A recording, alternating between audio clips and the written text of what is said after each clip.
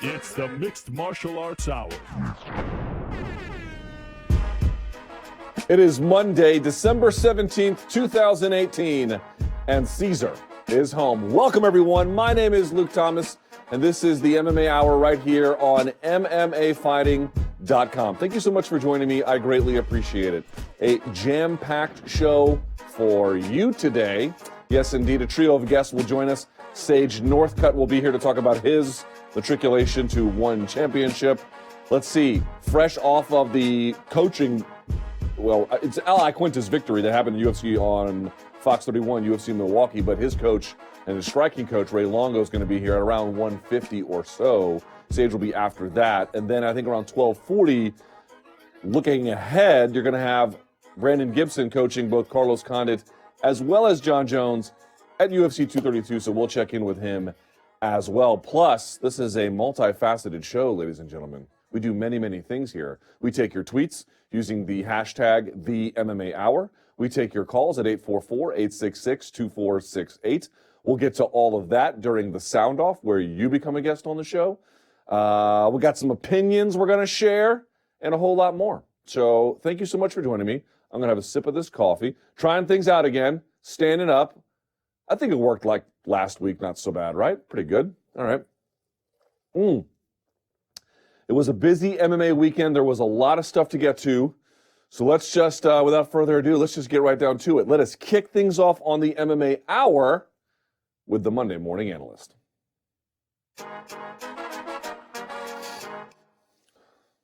There we are. Look at that change of graphics. You have no idea.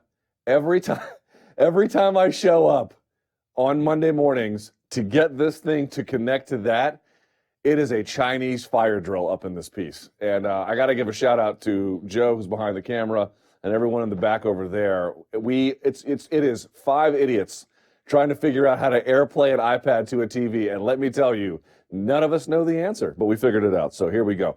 As I always mentioned before, if you want to contribute to what we talk about in this particular segment, the best place to do that is going to be on my Facebook page, facebook.com/Luke Thomas News. I always ask people, hey, what do you want to see broken down? And there were so many fights over the weekend. There was Ilya McFarlane winning over at Bellator, Michael Chandler winning, and Neiman Gracie choking out Ed Ruth, which really surprised me. But there's so much to get to.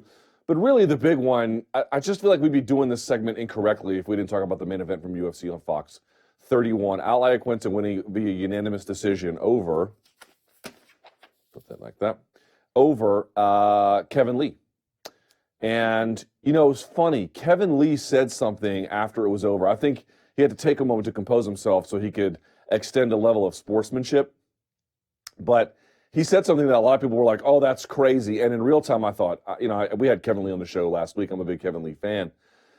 And he said, well, I thought I'd won the first 3 rounds. And in real time, I thought, man, I don't think that's true. And don't get me wrong, I still don't think that's true.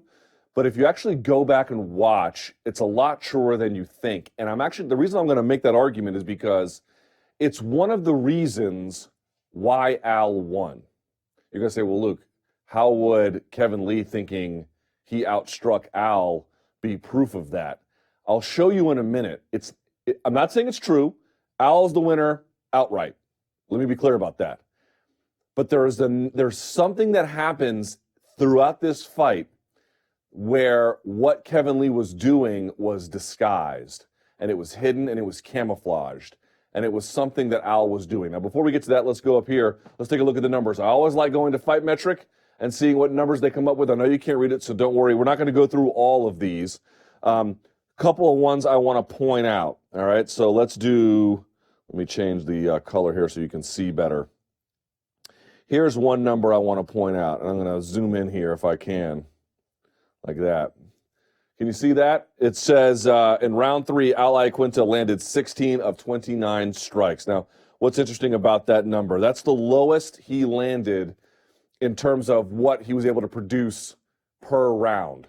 So of all the rounds, he had 20 he landed, Al Iaquinta did in the first round, 18 in the second, 16 in the third, 24th in the fourth, and 33 in the fifth. He really hammered him home. Why is that number 16 relevant? Because that's the most strikes he landed in a round against Khabib Nurmagomedov. Remember, after the fight, Iaquinta saying, I deserve a rematch. I did much better than Conor did against Nurmagomedov. That's true.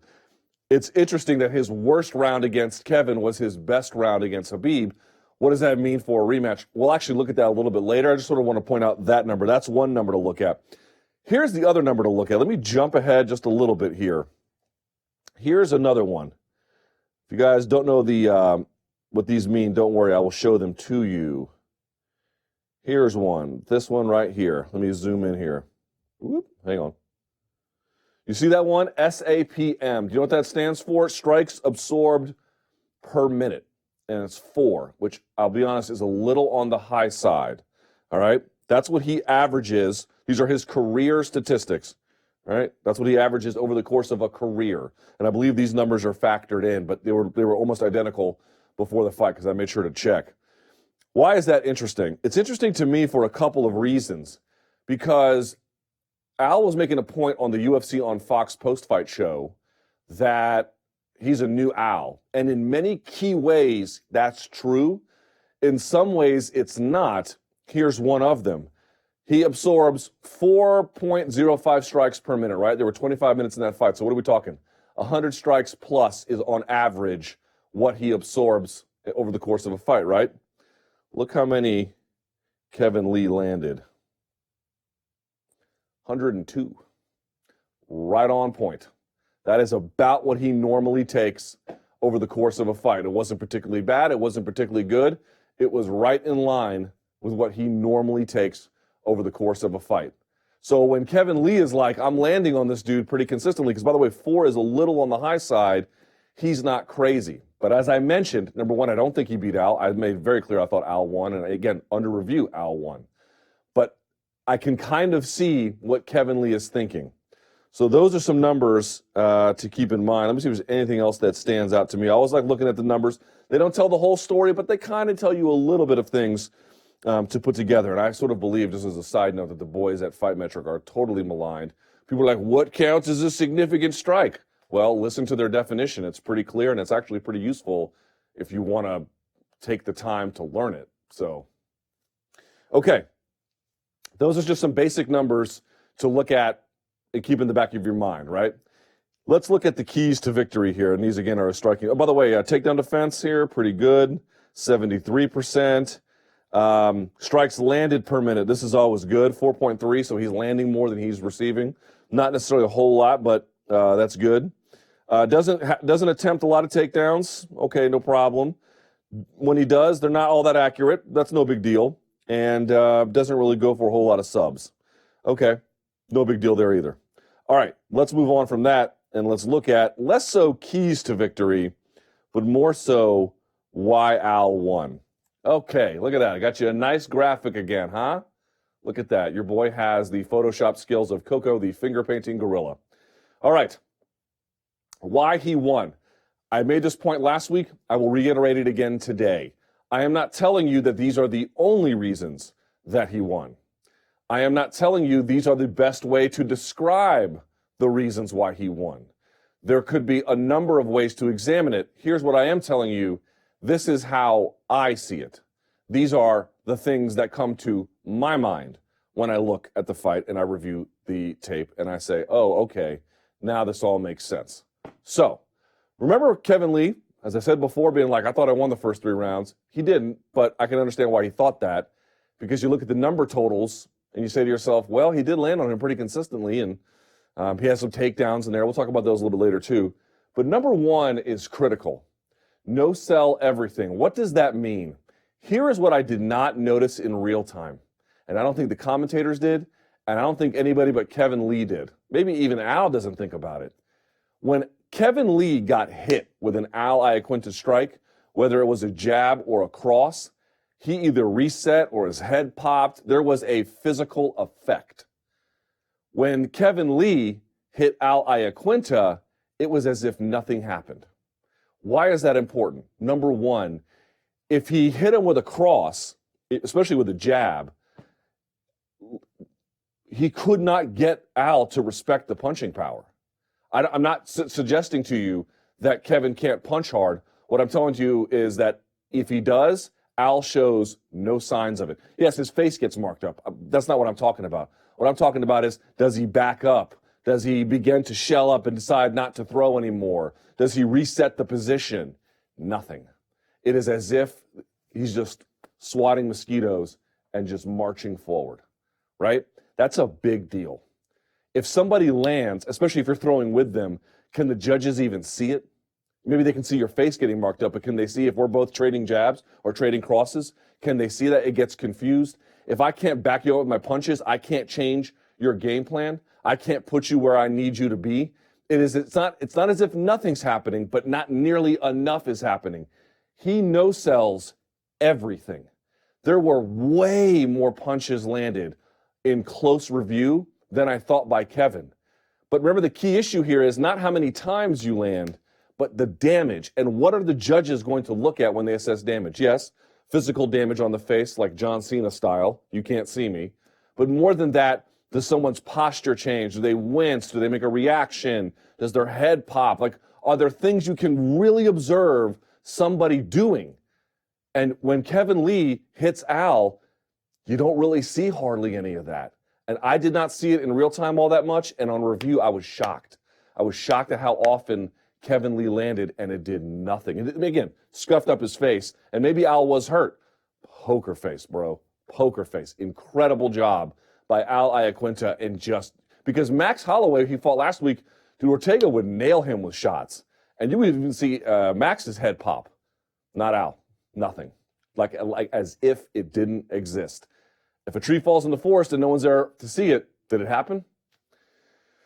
2, constant but careful pressure. What you're going to notice is only once or twice does Al get drilled with a shot coming in recklessly. Almost never happens.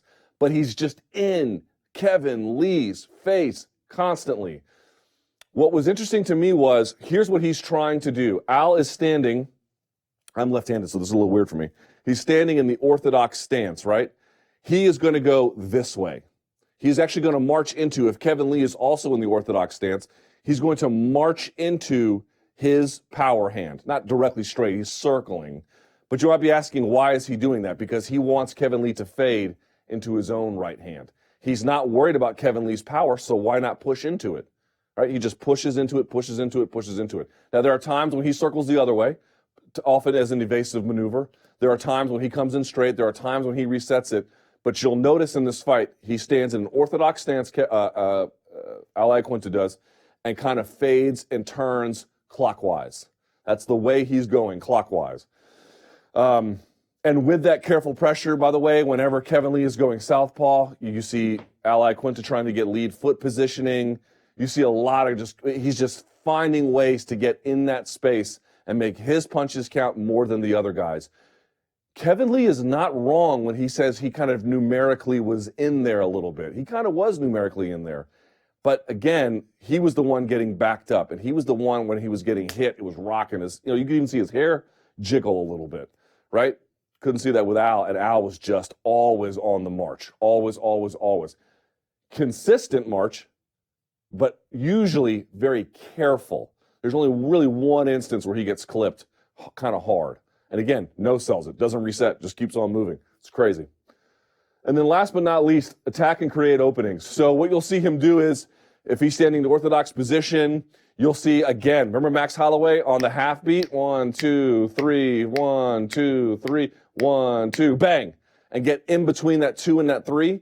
You're going to see Al Iaquinta do the exact same thing. Guys, everyone likes to see who's throwing strikes like this and, like this and and whatever else. Like, people just want to see crazy acrobatics. But at the end of the day, if there is a lesson you can take home from last week and then this one, at least insofar as the striking is concerned, the best strikers in the UFC, usually, what they're really good at is not some crazy, I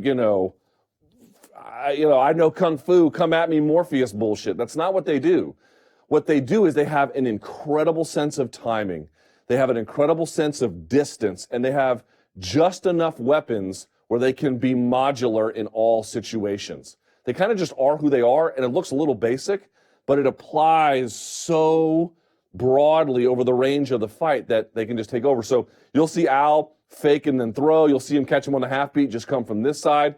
You'll see him double up and come. You'll see him stance switch early. He kind of abandons that a little bit late. But what he also wants, just like Max Holloway, is he wants an extension. He wants an extension from Kevin Lee, either for the left to come out or the right in this case, or the left to come out. And he wants to get inside of it in certain cases. He wants to come over the top in other ones. He wants to get inside of it. It's not the same game plan as Max Holloway, because that's not true. He doesn't stance switch nearly as often, but there are some similarities to it. Great crisp footwork from Al Iaquinta. So for me, when I go back and review, he no-sells everything. There is constant but careful pressure, and he's either attacking with different tricks to get him open, and we'll see all those here. All right? All right. Let's do this, shall we? Okay. We'll take a look at a few things from each round, but I limited very narrowly what we took a look at. There is way more than this. So this round one, right? 310. What are we looking at here? By the way, I'll say this. Kevin Lee was going back and forth southpaw and traditional. I don't think he was bad from southpaw. I think that would be very unfair to Kevin. But last week we saw Max Holloway going back and forth, and I literally couldn't tell if the game dropped off at all. You can tell here. He can be effective from southpaw. I do not want to take that away from Kevin Lee. But if I'm assessing where he's at his best, offensively and defensively, I would argue, humbly, I would submit, the orthodox position is much better for him. That's just me. That's not to say he shouldn't keep pursuing this and get better at it. That's not what I'm saying. It's just they're not equal. That's the only point I'm making. All right, so watch Al. You can see him doing a lot of the same thing, jamming inside, using a hand to gauge distance or to parry and come over the top. Watch the foot here. Let's see sort of what happens in this exchange. By the way, you always see Al a little low, and sometimes he would hang the hand, the commentators noted, so that he couldn't be in the line of sight to punch. That's one of those things, right? You see Kevin take a step in. Al did this a lot. He'd lead. Kevin would come in. He would drop and either come up, or he'd drop and go to the body and come up, or drop and go body, then come up. You see this dropping level a lot from from Al Iaquinta, getting underneath the jab. Like that, and then crack. He misses. Now watch. Left-handed stance. Bink. Gets right in on him. What do you notice again from last week? Inside the space. He's not coming around. Sometimes he'll come around, but here he's coming inside the space, switching stance through combination here. Because remember, he started orthodox, switches to southpaw, bang, and cracks him inside the space, jamming him, constant pressure, moving forward, creating openings, getting underneath the jab. There you go. All right. Here's another one. So watch. So now he's going to circle into. So this is one of the times where he's not circling the way he normally did. It wasn't constant, but it was constant in the sense of like unrelenting, but it was consistent. You'll see it in each round over and over and over again. All right. What's he doing? Kevin jabs, right? Lands one. He gets one inside two. And you can't see it here, but look closely. Who's got the superior foot position? It's Al Iaquinta, right? Bink comes inside to the body, and then it rips it again, getting him to get too close, going inside. Sometimes he'll go upstairs, backs him up like that, and that's from the orthodox position, right? And he switches to south again. Again, this whole bit about I'm going to be on the outside, and I'm southpaw, and now I'm orthodox, and now I'm southpaw. I'm not saying it doesn't work. It's just not nearly the same as like what a Max Holloway does, or even what an Al Iaquinta does when he basically is a conventional fighter, except just in that little tiny moment when he needs to not be. All right, here we go. Southpaw stance. Let's see what happens. Here he is circling. He's resetting position, so he's going to come here. Normally what you're going to see Al do is go this way. That's normally what he did in this fight, right? Look at who's got the lead foot position. He drops his level, parries the hand down. Bink kind of grazes a little bit, but he comes inside. It only just like hit the side of his arm and knocked him over, right? We move on. Here's another one, right? Jabs his way inside, and he's catching him on the timing here too. Kevin just puts a foot down. He's already in motion. right? Because he's timing everything, 1 and 2 and 3 and 4, and he's getting in at the right moment. You can throw all that nonsense if you want. I want a guy who can do that. You get a guy who can do that, you can do a lot. With this, you can do, a little bit. You can swat flies at a family picnic, I guess. Boom, comes inside, gets a little too far inside, but then still manages to crack him as he comes in. Same kind of thing, just sort of jumping into position. By the way, look at Al's feet. They never cross. Fundamentals. Look, when he throws this punch, look at the stability of this position. Right down the middle, man. Like a kung fu horse stance. Like you could deadlift from a position like that, man. That's how strong that is. Boom, and he's hitting him with it. Right? Okay. Put up the screen here for a second. Put up the, yes, thank you. Let me see what this one is. I just want to make sure I'm not getting too much of this. We can skip that one. Go to the next one. Skip that one. Okay, let's put it back on. Here we go. Round 2, 49 seconds left. There's a lot of the same themes repeating over and over again. Here he is. Look, you get him to bite, and this is the normal way that he goes. Although if Kevin Lee gets far enough, well, then he just cage cuts, right, as a wall to get in front. But if he can corral him to that side, is what he wants to do, because he wants him to fade into his own right hand just like that. Look at Al. Whoop. Again, feet never cross. See that? Throws this hand out like this. Kevin Lee thinks the right is coming. If someone goes like this, you automatically think that the other hand's coming because this hand is literally away, right? Watch what he does instead. Pop, and look at this. Feet in the air, catching him every time. I'm telling you guys, it's not the ninjutsu, man. It's the guys who have just perfect Italian chef kiss his fingers timing. Timing is everything. You hear all these coaches and they bore you to death on these interviews. Footwork, timing, distance control. What you want to see is that Deontay Wilder knockout punch. Yo, that's what sets it up. Guys like that. Right? Catches him. Here's another one. Look at this. What I tell you before. He had a low stance so he could get under the jab. I guess they felt like Kevin Lee kind of leans. I don't know. I'd have to talk to Ray. We will talk to Ray.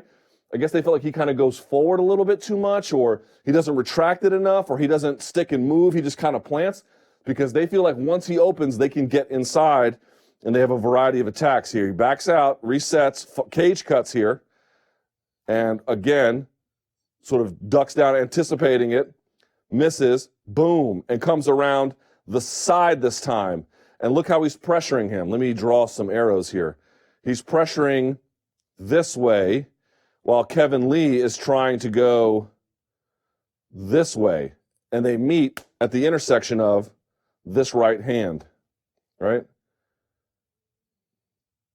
Just like that. That's why he's circling into the power hand from the orthodox position, just like that. Here we go. Just look at this. Fakes jabs once. Hold on. Fakes down, comes inside, backs him up. He circles to the outside. So this was a nice circling away, except now Al nearly eats a knee. It's a good job by Kevin Lee there. Here he is again. Remember I told you he wanted him to open up, right? He pressures in. You can't see it with the left hand. He actually fakes with the left hand a little bit, which gets Kevin to open up. Bink. And he comes over the top. So he can go inside, especially from that orthodox southpaw position, or he can come over the top if he can get you to engage. And remember, what we said before, when you're behind the two black lines, that's one thing. When you're behind the two black lines and you're right up against the fence, your behavior begins to change. You're going to see another version of that a little bit later, right? Okay, put the screen up if you don't mind. The flat screen, thank you very much. Let me move beyond this. See what this is. Let's see. Bink. We can skip that one. Okay, move over to this one. There's no video here or slides. Well, it's just the one slide, I guess. Just this. So a big portion of this fight was fought on the ground, right? That was a big thing here. Look at this photo. I'm not sure what you guys see in this photo, besides a loving embrace, similar to the one Jill and I had when we were teaching each other to clinch, which just sounds like a metaphor for a lot of terrible things. But, okay. Look at this. Here's what I see when I see this. You could say, you see control. All right. I see control. But here's what I'm going to point out. You have locked your own legs, if you're Kevin Lee. You have given one of your hands to your opponent. and you have attached yourself to him. That gives you one free hand. I don't know what the answer is. I'm not nearly good enough in jiu-jitsu to be able to tell you what the answer is. Here's what I know. This is not enough. And by that, I don't mean Kevin Lee didn't do enough. What I mean is MMA's best practices are not enough. One thing you're going to see when Kron Gracie comes to the UFC, he almost never uses the body lock. He puts both feet and shins or whatever, calves on the hips. He likes to use that to rotate someone's hips around and turn them and steer them rather than lock into position. But the lock into position, if you see that, you think, oh man, he's got him dead to rights. But the reality is, in modern MMA, you can get an Iaquinta with the high hand here, and they can just block it. Here's my point about this. You have trapped your own legs, you have trapped your own arm, you have trapped your own body, chest to back, you have one arm. You're not going to submit somebody good that way. At least not with modern practices. And that's not a knock on Kevin Lee. That's a knock on how everybody treats this position. This is what you're told to do. You're told to get the back. You're told to have hand control. You're told to have the body lock, right? Not everyone has to have it, but it's a good thing to have. I think we need to rethink that. I just don't believe that's true.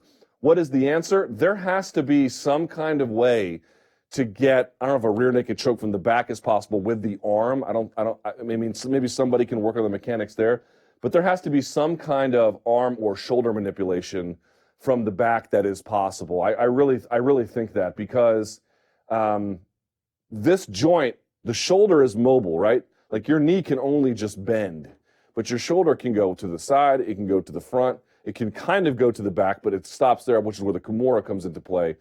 But even then, even if you have your shoulder in a proper scapular position, you can put it up here and it kind of stops, right? Well, what does jiu-jitsu do? It takes a limb to the point where it's not supposed to go and then pushes it even further. My hunch is somebody, if they really wanted to work on it, they could find a way. You know how you see the Suloev stretch now? People are just getting behind the ankle and then the hamstring and just ripping that son of a bitch. That happened to Jared Gordon in his fight. What if there's a way to Suloev stretch out the lat or the tricep or the shoulder joint, where just to rip the arm out of the shoulder? It is possible to do. I don't know exactly how one would do that. I don't know what the best practices are. I don't know how you have to set it up. Someone has to figure this out. But just attaching yourself to somebody and then giving up one of your arms so all you have is one hand, it's not going to be enough in modern MMA. As for the job that Al Iaquinta did, what I would say is Al is here's how I would classify it. Al is good at stopping takedowns.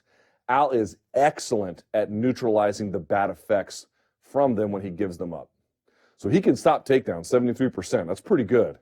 But what he's really good at is if you even get his back, he gives you nothing. There's nothing here. I mean, it's not nothing, but there's no damage. He's not in dire straits. He's just in close contact. And so I think in the end, that's really where he excels. You can put him in bad positions. He doesn't get beat up a lot. And yeah, all right, there you go. We move along. Round 4, 2 rounds left. All right, here's where we're going. Look at Kevin Lee circling into that position. Al gets underneath. How many times have you seen this? Get low, get low. He's like Little John, getting low, right? And the Yin Yang twins. And then he comes into the body and then sort of sticks in his face here a little bit. Constant pressure, which, by the way, what do you notice about this? Right? Oops, hang on. What do you notice about this? Lee is circling this way, takes a shot to the body, and then decides to go the other way. See what I mean when it says changes his behavior? You don't notice any of that with Al Iaquinta. It doesn't change his behavior at all, right? And here he gets in his face again. This is where he does less so circling, more cage cutting. Gets in his face. Look at this. Times it, gets inside, goes to the body and in the head. And this is what I mean. Pushes him back with punches. There's a physical result from the impact. All right, here we are again. What do you think is going to happen? I suspect he'll have the lead foot position. He'll get this hand open, and he'll either come inside or then over the top, all right? Something like that. So here's what he does. He parries it kind of down or just fakes it, comes inside. Look at the foot positioning. He moves away, but boom. See what I'm talking about when there's a physical result to the punch? Look at that. Physical result to the punch. You can see the impact. Go back and watch this fight. You barely ever see that with Al. Slightest of degrees of change, right? catches him, and by the way, changes his motion as a consequence. Here we are, still round 4. Right, look, southpaw position. I'm not seeing a ton of advantages for Kevin from this position. All right, lead foot position, comes in wide, misses, switches stance, eats one for it. This is what I mean. Look, this is the fight in a nutshell, right here. This is how to understand Iaquinta versus Kevin Lee 2. This is all you need to see. Lead foot position, draws out the punch, doesn't land. Comes in, misses his own, switches stance, eats one, does not affect his behavior, comes right over the top and lands the harder shot. That, ladies and gentlemen, is how Iaquinta won. You see it in one sequence. That is how he did it. With superior boxing, superior timing, superior footwork, superior combinations, and an ability to no-sell the other person's offense while clearly affecting change on the other side. Let's put up the screen one more time, please, if you may. Thank you very much. We'll move through this. Let's see this real quick. Bink, bink, bink. Jabbing, jabbing. I just want to make sure I give you something that's worthwhile to look at here. This one's a little long. We can skip that. Oh, wait, here we go. Okay. Put it back on, please. Watch whose behavior changes. Al's already going this direction, right? Comes in, takes a shot, and it lands, but he just keeps going the way he's going. He circles, right? Circle, circle, circle. What does he do? Pop. And look at that. It sends him backwards. Now, this shot does nothing. It's not fair to say it does nothing. But he was kind of already fading that way. He just kind of takes it. It doesn't change his behavior. He's still out there, and then he pops the other guy. This is what I mean when he no-sells the offense. And this is easier to sort of evaluate when one goes and then the other. But there's a bunch where they go at the same time, and one guy is clearly getting hit harder. We move here. Actually, hold on. Think, boom. And like, who's backing up? Who's wearing the shot? Okay, put the screen up one more time. Let's jump here real quickly with the time we have remaining. Let me see this real quick. I'm going to show you one more version of this, and then we'll move along. Okay, there's a good one. Put it back on, please. Okay, check this out. This is what I told you when Al sometimes overcommits. Here's one where he overcommits, right? Nice timing by Kevin Lee. Now who's catching who on the half beat? It's a nice shot from Kevin Lee. Here's the problem. Look, it does nothing to Al. Look at this. This is what I mean when I say no sell. He literally, it's not even if we're standing here and eating a punch. He's standing there and he walks into it. Bink, and he misses. Look at this. So it wobbles his head. Don't look at his head. Look at his hips. They don't hardly move back at all. And then he lands the superior shot. That is what I'm talking about. That clip and the one before is all why he won. The proper fundamentals, the proper circling, the no selling. One last thing. Put this clip up. I want to show you one tiny little thing here if I can. And we'll move along. Okay, remember I told you he was circling and what he was doing to Kevin? He wanted us a rematch with Nurmagomedov, right? Throw it up one more time. This is from their fight at whatever this was, UFC 223, whatever it was. Check this out. Remember what Al was doing? He was circling. He was cage cutting. If it was far enough back, he was circling clockwise, coming into him. He's getting underneath the jab. He's setting up his own. He's trying to elicit a reaction. He's trying to throw his right? A lot of boxing there. Watch this. It's the same thing. Now, he had no time to prepare for this, and this is round 3. Boom. He eats one from Nurmagomedov. Look at him. Low stance, right? Pressuring into him. Going to the body, right? It looks pretty similar. Cage cutting, come off the top. He misses there. That's good work from Nurmagomedov to get out of the way. But look at him. Cage cutting, going off the jab, trying to find him, direct him to his own. He wants to direct him here, right? That's what he's trying to do. Boom, misses. And then he comes back in, and you kind of get the idea. So that's it. You can put the screen back up. Just sort of wanted to show you some of the basic mechanics. There wasn't a ton there. He's asking for a rematch with Nurmagomedov to get that. Here's the only point I'm trying to make. Man, Iaquinta, to me, it's like, has he grown as a fighter? Of course. Was he radically different than the one we saw against Nurmagomedov? Well, he had no time to prepare for that. Here's what I am saying. His chin is amazing. His forward pressure is always on point. His cardio, by the way, we don't even talk about that, enables everything you saw here. And it's just, you catch these guys. I can't be clear about this. I know I'm like a broken record at this point.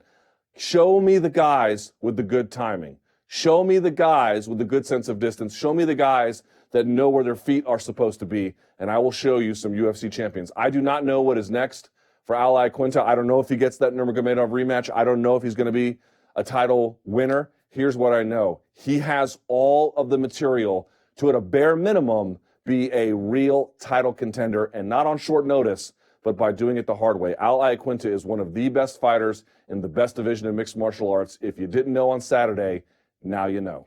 That is the Monday Morning Analyst. All right, let's do this. Whoo! There we go, boys and girls. All right, with the time we have remaining, let's, how about a round of tweets?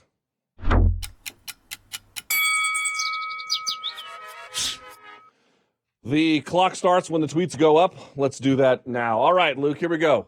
I don't know why I said my name like that. That was weird. The UFC on Fox card did its best ratings in 2 years because it was based in the Central Time Zone. Perfect for the entire U.S. when it came to the main card start and end time. I don't think that's actually the reason, because the card itself didn't change its times. I'm guessing it's because there was less competition from college football on. But that's just me. Next. Do you think the Hooker versus Barboza match should have been stopped earlier in the fight? We'll talk about this a little bit later in the show, but if so, when and by who? And the ref in the corner, Dan himself. That was a travesty. I mean, Dan Hooker, it's like, I don't understand this. People are like, oh, Dan Hooker, man, he showed us he's tough. Who are these people? And if you can hand me that sheet, that'd be great, Joe. Who are these people that think that MMA fighters in the UFC aren't tough? It's like, boy, that plumber really knew how to stop a leak. Yeah. That's what plumbers do.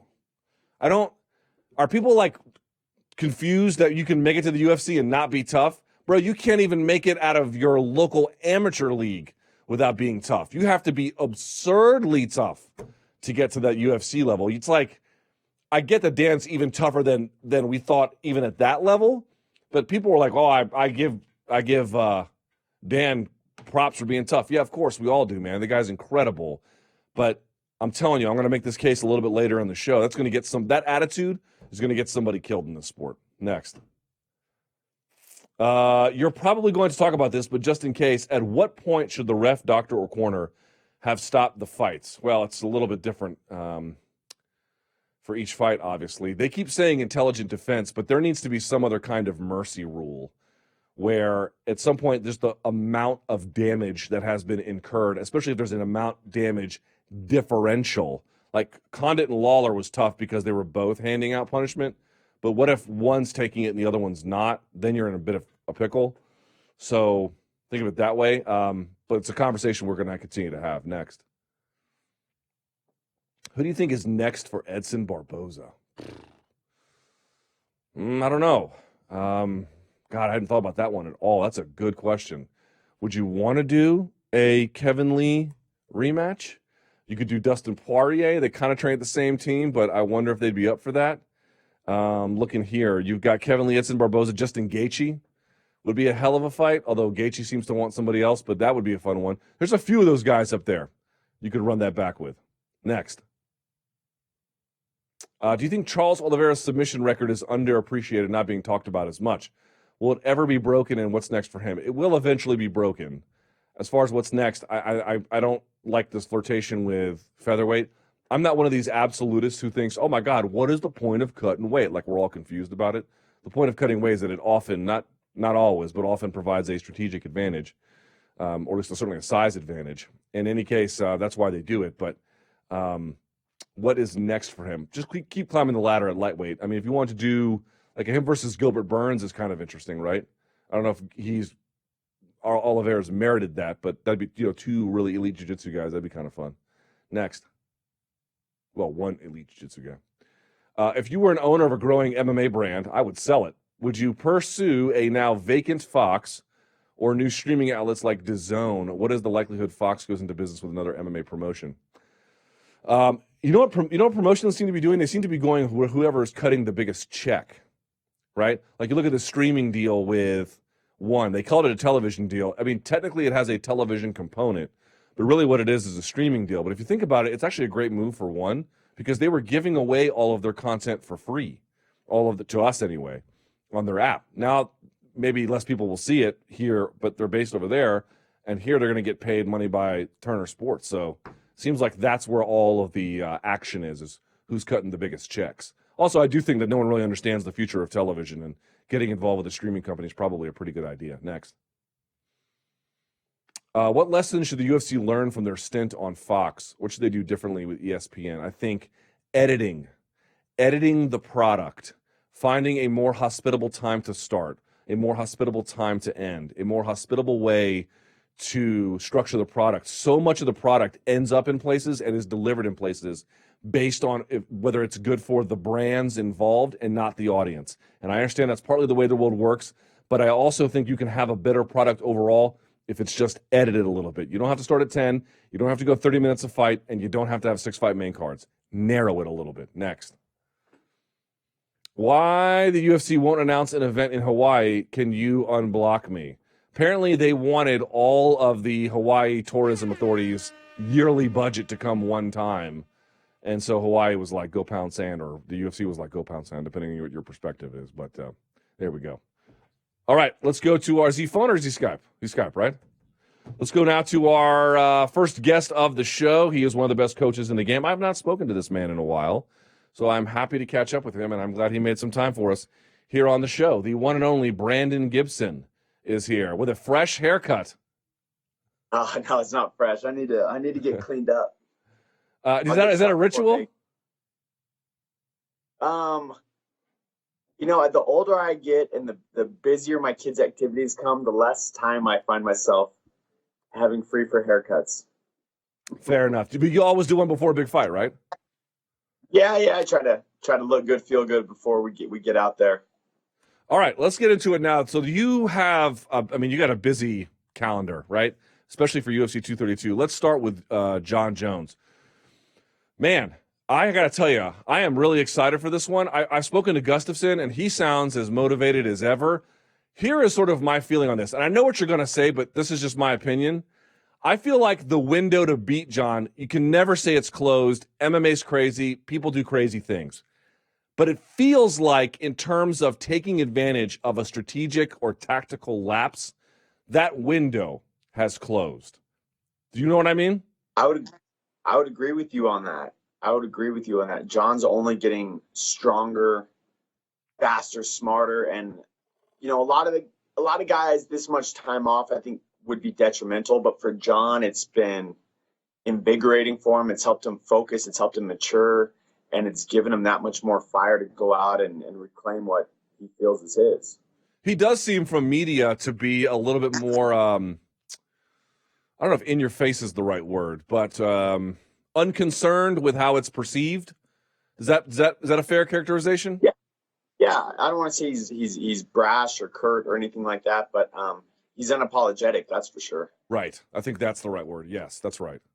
Does that carry over to training in some capacity, or is that simply part of the media side of things? I think that's the media side of things and the business side of things. I think when it comes to training, he continues to humble himself. He continues to just be that ever-evolving student. I know it's always cliche to say how good the camp was, but I just couldn't be more excited about not just the camp, but the time we've had building up to the camp. Jon was working in shadows. He was working in secret and improving, and we've pulled together an amazing team on this one, amazing training partners, and I just got done watching his workout this morning, and we're heading into this last week, and I feel excitement, I feel focus. I can't wait to get out there and watch him make a statement. What do you make of the argument that, what about all that time off? It can't be good for him. To that you say?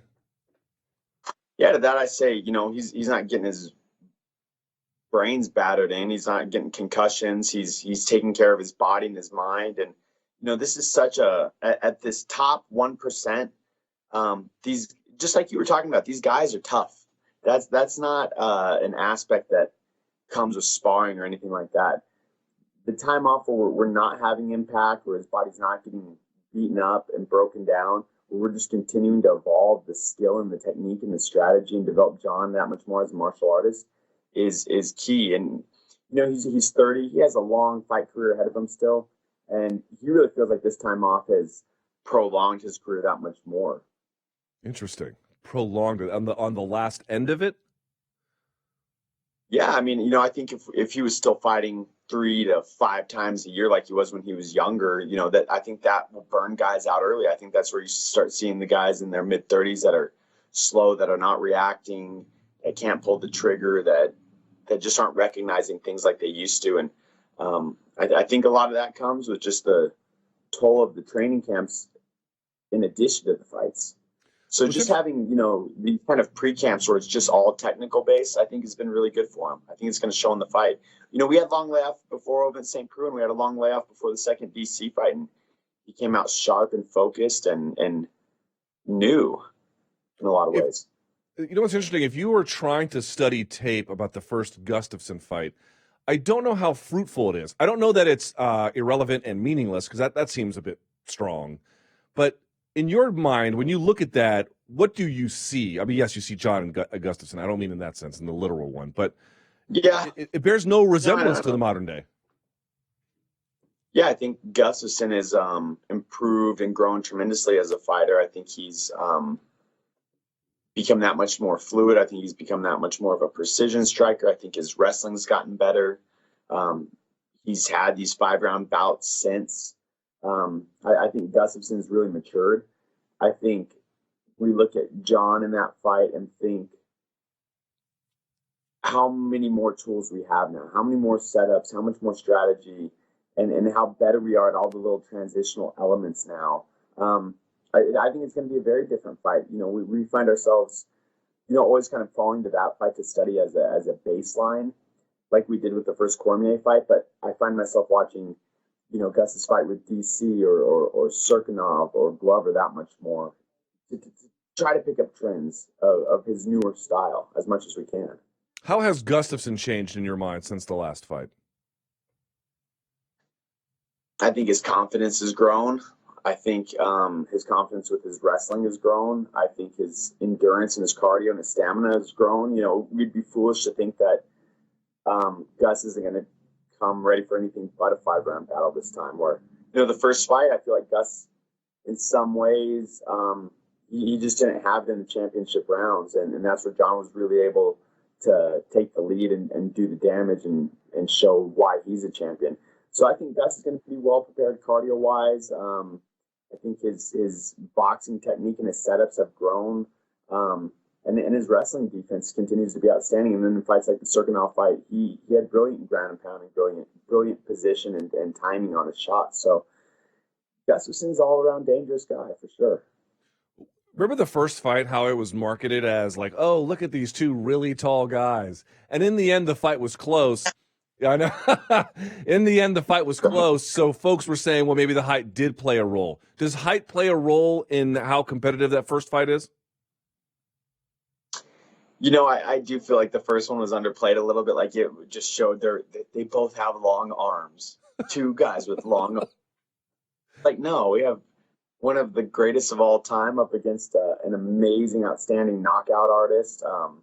U.S. versus Europe. There's so many different ways to play that besides long arms. But this second one's so much more than that. Everybody knows what an amazing championship fight that first bout was.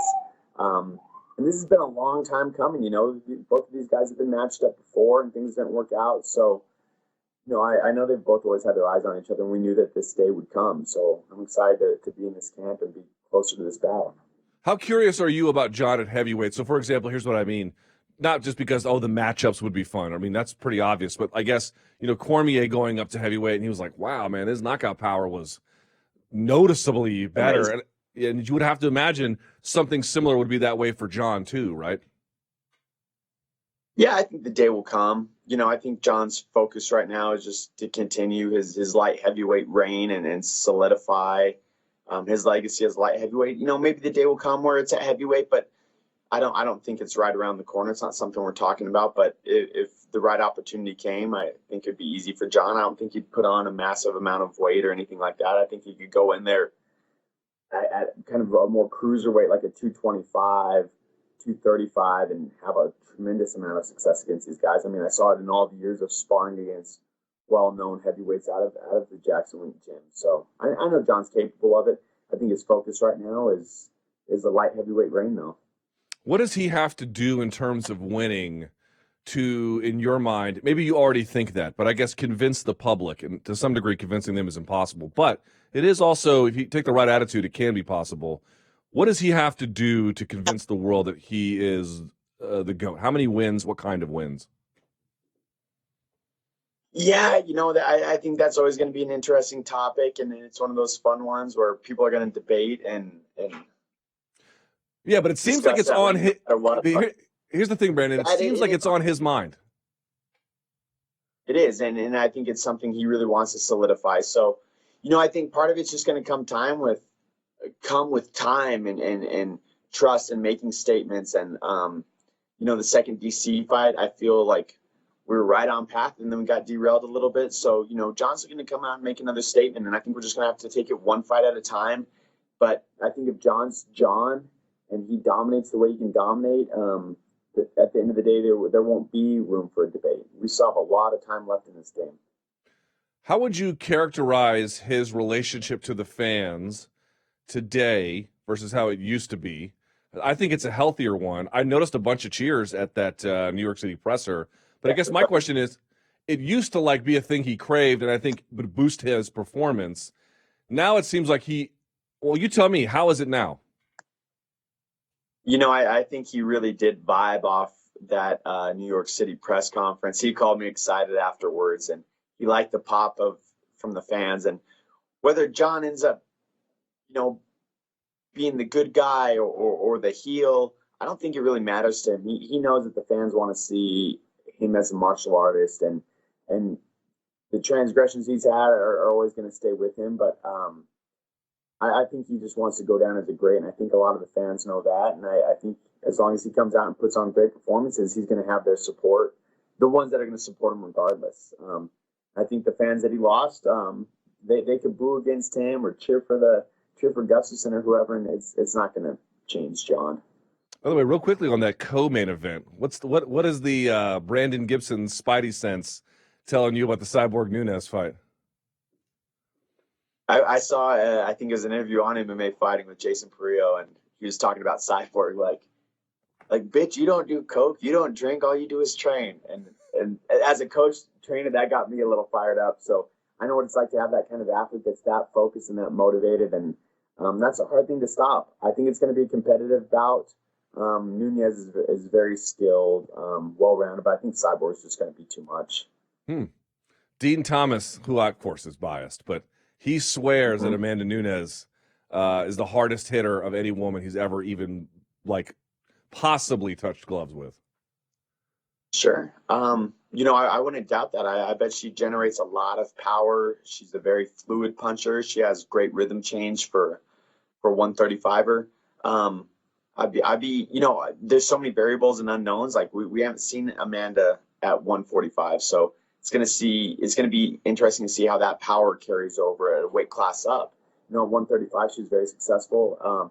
At 45, Cyborg's neck is a little thicker. She may not be bouncing her head back that quick and get some counter coup. All right, fair enough. Let's talk about your other student here, Carlos Condit, who I don't know this gentleman personally. I've obviously been covering his career for years.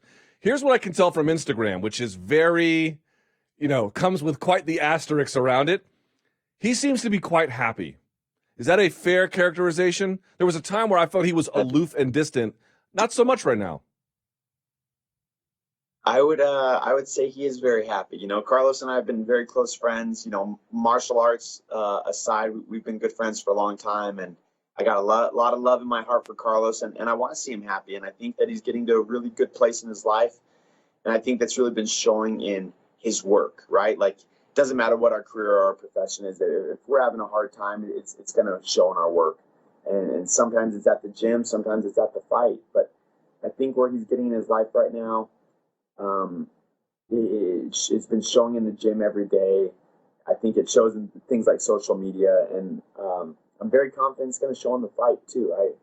I'm really happy with where he's at. So I couldn't ask for more as a coach and a trainer, because the mental aspect is so much of this game at this top level. You know, all these guys are tough. They all have skill. They all have technique. They all know what to do in the positions. A lot of it comes down to their mindset and their approach going into it. And I really like where Carlos is at right now. How much of a reset did he need after that Lawler fight? You know, that was a battle for the ages, and that was a hard one as a coach to be a part of. It was so back and forth, and I saw how much wear and toll it took on both of those men.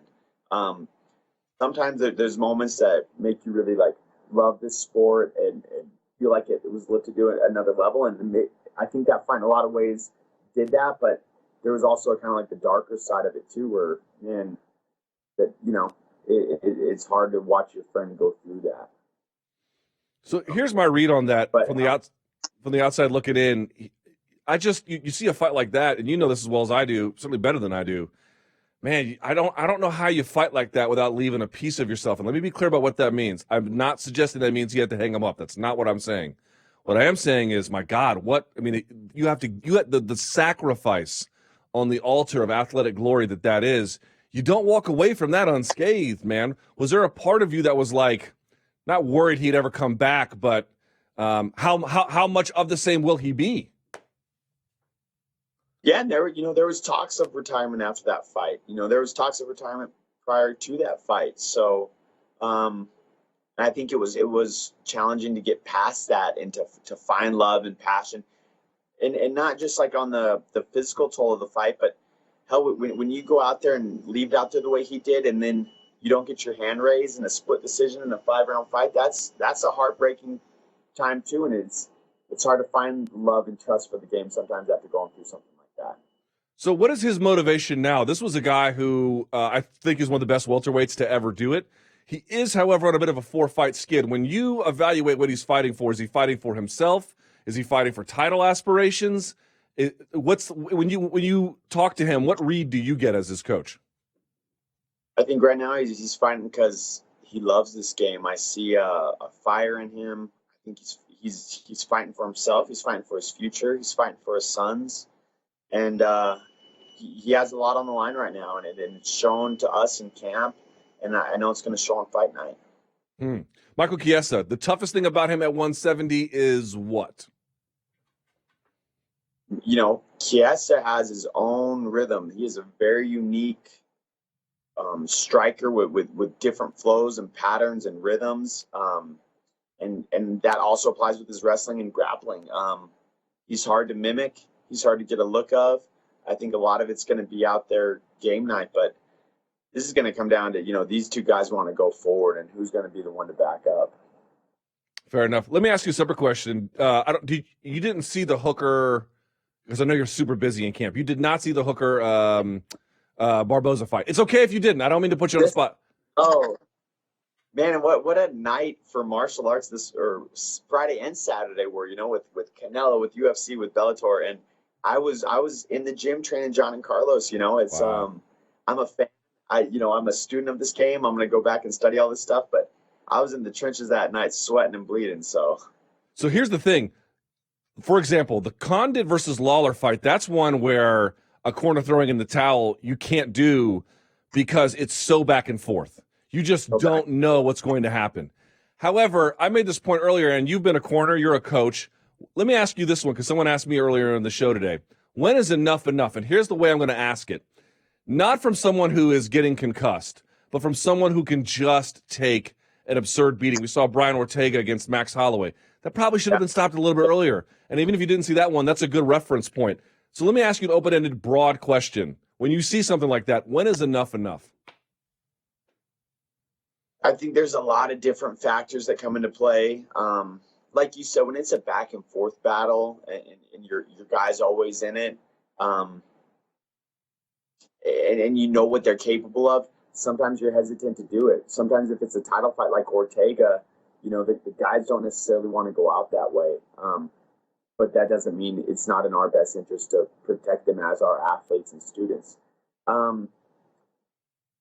And then, you know, one other thing I don't know if the media and the fans always get is that each commission is different. Like, I can't just throw in a towel in every state in the middle of a round.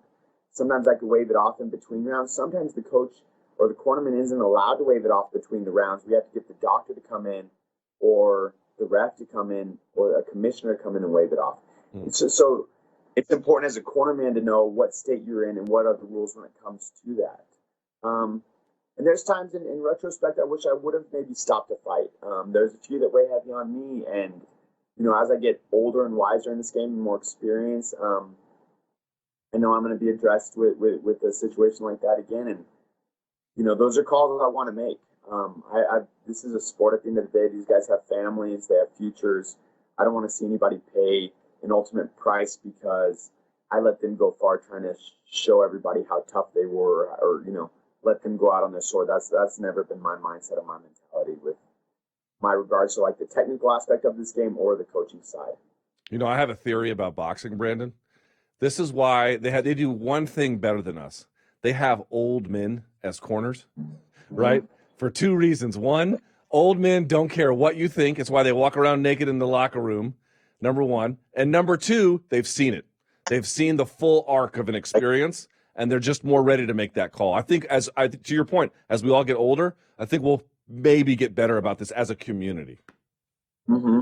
And I'm lucky to have two old men as my coaches, Greg Jackson and Mike John. The oldest of the old. No, but I think we're getting there. We're getting there, and I think like Trevor Whitman's made that call a few times. There's a lot of coaches I know wouldn't hesitate to do that to protect their guy. The one that weighs heavy on me is Cowboy Masvidal. I literally picked Cowboy up off the canvas at the end of the first, and a lot of it weighed on his fight prior to that, which was the Matt Brown, where he had been dropped in the second, came out in the third, and head kick knocked him out. It was like, man, I can't count Cowboy out. I need to give him a chance. He's able to get up and recover. And then the second round was even worse. And he would have never asked me to. He would have been so pissed off if I did that. But it doesn't matter. Like those are the moments where I wish I could have done more for my fighter. And so it's not that we don't think about it. That's for sure. Well, it takes a lot of guts to call yourself to task and think about it, but you definitely do a lot more good than anything else. And I got to tell you, man, 232 can't come here soon enough. I can't wait. Do you have a prediction, sir, for the main event? I know victory, yes, of course, but if you're thinking like Professor Xavier, which way is this going to go and what way? Man, the submission could be there, the ground and pound could be there, the knockout could be there. I don't really know until we're going to get in this mix what path John's going to be able to take to that goal. But we have a lot of tools and a lot of options, and victory, a decision victory is the last of those options. I think we're cutting, looking to finish, standing on the ground, in transitions, finding submissions. I mean, it's going to be one for the ages, I think. It certainly is. Well, I got to tell you, Coach, you're one of the best and the brightest in the business and one of the good guys, too. I wish you nothing but the best of luck at UFC 232, but you don't need luck. So do what you do, and I'll be watching. Thank you so much. All right, Luke. Appreciate it, bro. There he is. Truly one of the best guys in the sport. Always an honor and a privilege to talk to him. Hey, we're talking about this. Let me bring up something here very quickly, and we alluded to it earlier with the Dan Hooker thing. Let me make one final comment on that, if I may, and then we'll get to the sound off. I would just like to say something about this. There are a number, first of all, for a coach to be able to acknowledge some areas and some lapses in judgment, because everyone's going to make them. I'm going to make them, coaches, fighters, everybody. And to do so publicly, I take my hat off, my proverbial hat off to Coach Brandon Gibson for doing that. But more to the point, I have Hulk in the Oorah glass. Let me be serious here for just a second. I thought what was happening in that commission was insane, and they were letting him go. Now, I don't know who corners Dan Hooker. I have to go and look it up. There was so much MMA this week I couldn't keep up with it. Here's what I bet I know about that without even knowing who it was. I bet you they're smart. I bet you they care about him, and I bet you they're experienced. And that, to me, is precisely what is so scary about it. I've had these debates before, and I don't expect people to agree with me right now. I think over time I will win that debate because that is just the way the facts are headed. But I don't have the same view on performance-enhancing drugs that a lot of people do in this sport. I don't think that they're good. I just think that you have to find a way to live with them because the zero tolerance policy doesn't work. And in the process, it creates more problems. It's sort of one of those situations where you take a pill and the side effects are worse than the disease. That is what I think is happening with us in our current regimen. I don't think that allowing a world where you just don't account for moral hazard or everyone uses is a good idea, but I don't think the current system is certainly any answer to that. I think sort of putting a lid on it and learning a way to live with it is probably the best. And you're asking, what does that have to do with Dan Hooker? It's got nothing to do with him and performance-enhancing drugs, but there's a question about what is actually more damaging for the sport. The culture that valorizes taking a beating or the folks who are using performance-enhancing drugs. I would submit to you very strongly that it's the culture that valorizes taking a beating. Let me be very clear about this. We are shortening careers, we are affecting people's quality of life, and we are going to get, mark my words, somebody killed in this sport if we keep this up. I saw after the fight my Twitter timeline filled with well wishes to Dan Hooker, which is fine. Dan Hooker is an amazing fighter. He's an amazing lightweight. He will be back. I am certain of it. He's not taken a ton of damage in his career. This is clearly the most of it. I'm not trying to clutch my pearls and say the sky is falling. What I am trying to tell you to say is you're just reinforcing that culture when you say, oh my God, Dan Hooker is so tough. Yes, he is. But there's another component to that, which is what are we doing asking how that went on the way it went on? Why is this some kind of ritualized gang initiation every time a weekend comes around, man? What are we trying to prove? Who is confused that MMA fighters at the highest level are tough? Of course they're tough. And yeah, even inside of that, some are going to be tougher than others. And it appears like Dan Hooker is the highest tier of tough. It's not that I don't have respect for that. Of course I do. But what I have an equal amount of, if not more, is alarm that that's the only thing we're focusing on. Dana White, I take my hat off to him. He was blown away by the toughness, but even he, most of his comments after the fight were about that one should have been stopped earlier. Yeah, dude, 2 weeks in a row where fights are going to the point where we are threatening to take away the length of someone's career, their quality of life, and God forbid down the road, if we really do this again with improper regulation, somebody's life, man. And you could say, how is that worse than PEDs? Because the culture starts at the amateur level and goes all the way to the top. This is not merely a function of what happens in the UFC. This happens in sport jiu-jitsu. This happens in, God knows, kickboxing gyms, certainly MMA gyms when guys are fighting at the amateur level, man. You see it there all the time. And referees are a little more trigger happy about stopping at the amateurs, thank God, in my experience, because what's the point of this guy taking a beating? He's not even getting paid, and he's accountant Steve wants to make his MMA debut, and he gets waxed by somebody who in about a year or two is going to be in the UFC. I've actually seen that.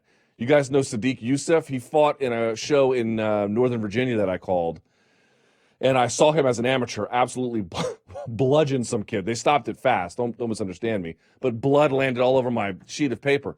But the point being is, even at that level, I have seen fights go long, and then the coach, after a guy gets his ass whooped, put him on his shoulders and talk about what a warrior he is. Dude, that is not the message to send.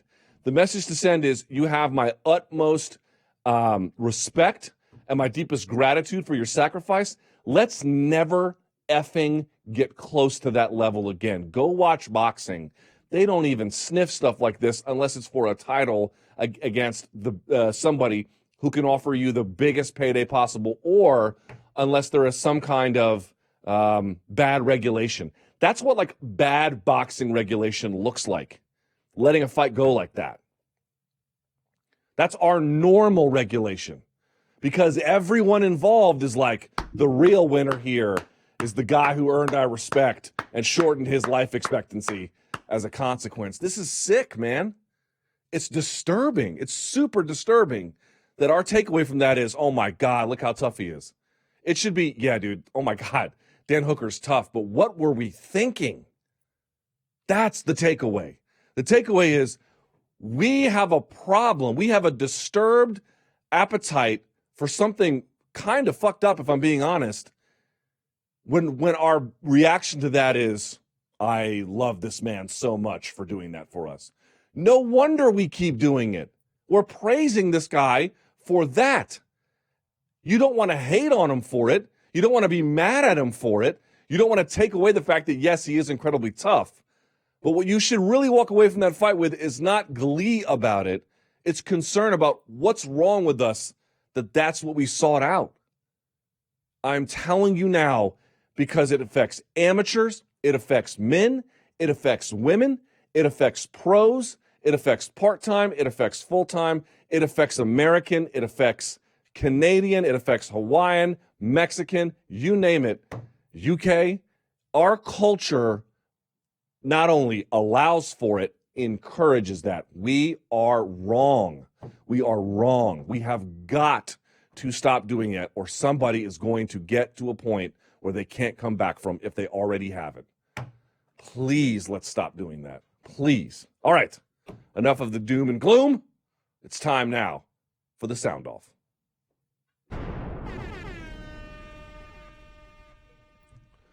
There he is. Got to keep it to my pen. Didn't even wait for my intro. He just decided he was comfortable. Comfortable Danny just waltzing on in. Hi, Comfortable Danny. How are you? I'm good. Nice and comfy. How was your weekend? Drank my emergency. Are you sick? No, but I'm trying to be cautious. All right, fair enough. The weekend was good. Worked a ton, obviously, because there was so much MMA. Yeah. I'm looking forward to the holidays. Yeah, for sure. The holidays are always nice. But it was a good weekend of MMA. I mean, the fights both in Hawaii and Milwaukee were amazing. Yeah. I didn't get a chance to watch Invicta, but I saw a few positive things out there. So I'll be candid, and I feel ashamed about this, but I'm not going to lie to the audience. I forgot Invicta was on until, like, on my feed there was like, "Hey, there's Invicta fights going." I was like, "My bad." It's hard when there's so much MMA going on in boxing too. Canelo was fighting here in New York. Fighting, well, competing, exercising, getting light work is what he was getting. I mean, that was a massacre. But okay, how are the calls today, my friend? The calls were amazing, as always. The fans just keep getting. You know what? I feel like they're really showing up these days. Yeah, man, they really are. They really are. All right. Well, you know what, Maestro? You have the keys to the car. Okay, let's do it. Well, let's keep talking about Dan Hooker because I don't want to go back and forth. So let's just get that out of the way real quick. Yep. I have a few thoughts as well on that fight. Hey, Luke. This is Drew from the home of poverty and overdoses, Lewiston, Maine. So that Dan Hooker fight, what the fuck? That was literally my reaction, and you couldn't have said it better. I agree with you 100%. Don't you think it's sick when people are like, yeah? Because I was looking at my timeline, and everybody's praising him, and I'm like, the only tweet that I wrote about that fight, I said, Dan Hooker, tough as hell, yeah. But I said that at the end. The first thing was like, yo, that fight should have been stopped earlier. Like, I did not need to see that. We knew who the winner was way before it got stopped. Yeah. What's the point of MMA? To find out who's the best fighter, right? We found out who was the best fighter in that fight, at least that night, way before that stoppage. Good point. That's what we're trying to find out here. We're not trying to find out if somebody can kill another man. That's not what we're trying to find out over here. We're trying to find out who the better fighter is, and we got that answer, deep into the second round. There was no need for a third. And yeah, it's just rough watching. And I think there is a time and place to let a fighter take a beating, as bad as that sound. But you want to do that in championship rounds. You want to do that also. You want to save those wars towards the end of your career when you're at the top. You know what I'm saying? Yeah. Right before you walk out. Dan Hooker, man, he's so young. He's so promising. This was his first real big fight. He's only 28. Yeah. This was his first fight, I believe, from a top 5 guy. No need to go through that. No need to go through that. Look, you're not having a good night. You're slow. You're not hitting hard. You're giving me absolutely no reason that you're going to come back. Because it's not like he's trying to take Edson down, and it's not like he's throwing haymakers and, almost landing him. None of that was present. He was just taking punishment. And, Hooker is going to do his job, and he's going to try to stay in there as long as he can, so you can't blame him. That's when the corner has to step in or the refs have to be smarter. Someone has to do it. Okay, Dan Hooker in his last fight, now I don't know if he's getting a bump in pay or if they took care of him. Do you know what he made at UFC 226 when he knocked out Gilbert Burns? This was his winning total. Yeah, that was an amazing fight, by the way. Yeah, it was a great fight. Do you know what he made? What? 20 Total, he made 30, 60,000. Okay. That means he probably made 30,000 to fly from New Zealand to take that kind of a beating. Yo, it ain't worth it, man. It ain't worth it. It ain't worth it. You got to be kidding me. It's not. Again, everyone's like, "Well, you hating on Dan Hooker?" And what planet am I hating on Dan Hooker? Of course not. I'm hating on how sick it is that we're like, this is what it's all about.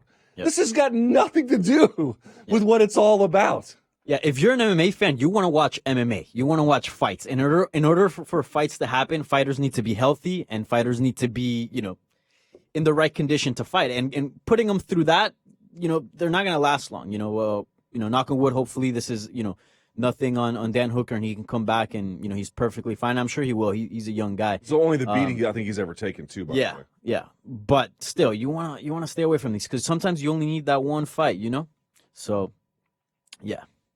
Also, that call was hilarious. What was it? Overdosing and what? Well, he's had this is a frequent caller. Oh, is he's it? Had, it's either the shithole of whatever or the impoverished whatever. So this one he switched it up on us and overdosing. Said overdosing. Yeah. You know what?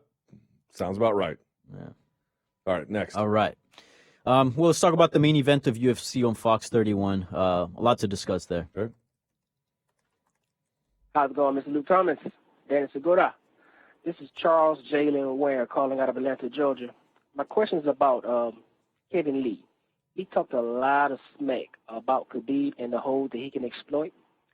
Based on his performance against Iaquinta Saturday night, what holes do you think Khabib can exploit if him and Kevin Lee ever match up? And how do you think a rematch between a Khabib versus Iaquinta would go? Me personally, I think it'll go the same way. Iaquinta would do better, but Khabib still beat him all 5 rounds. Let me hear your thoughts on that, my man. Thanks for taking my call. Keep doing what you're doing. I love the show, my man. Thanks.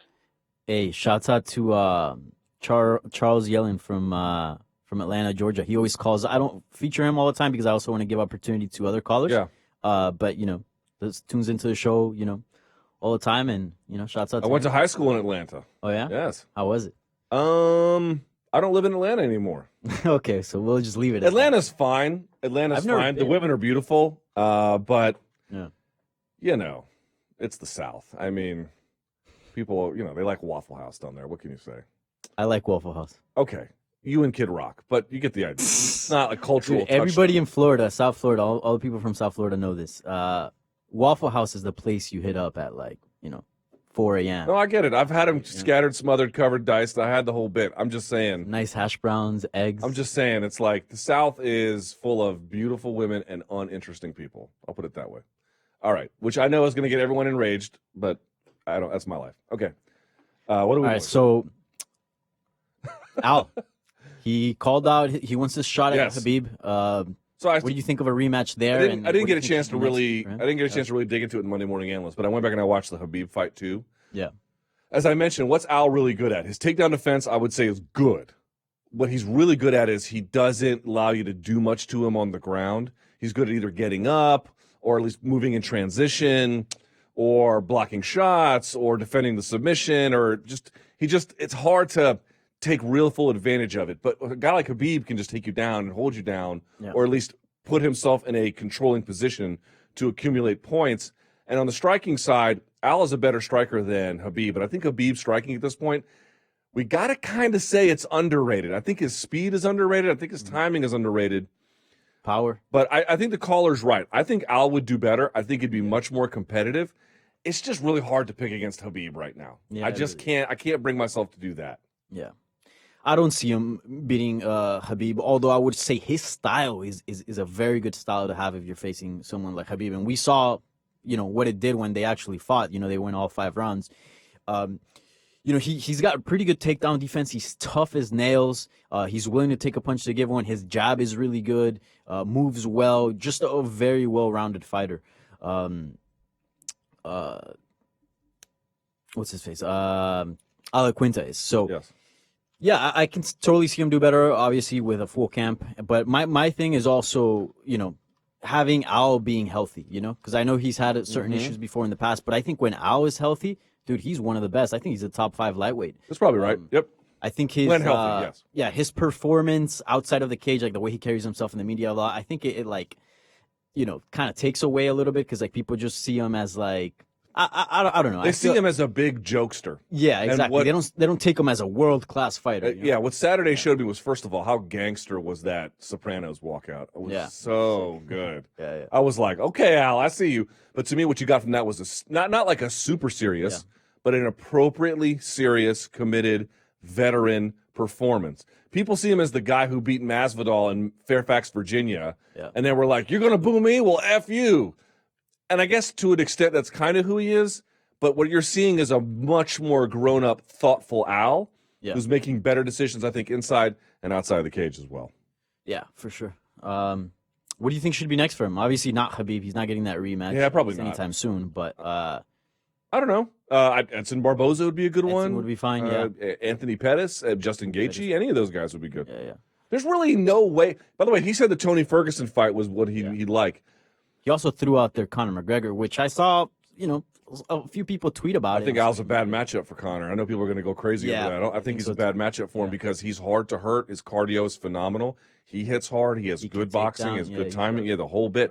I think the Tony Ferguson one is interesting only because Tony's such a risk taker, and Al is a guy who takes advantage of the mistakes that come from unnecessary risk. It's like an interesting matchup. Tony's beaten really amazing guys. Frankly, his resume is better at this stage than Al's. Yeah. But that's a matchup that gets my interest for sure.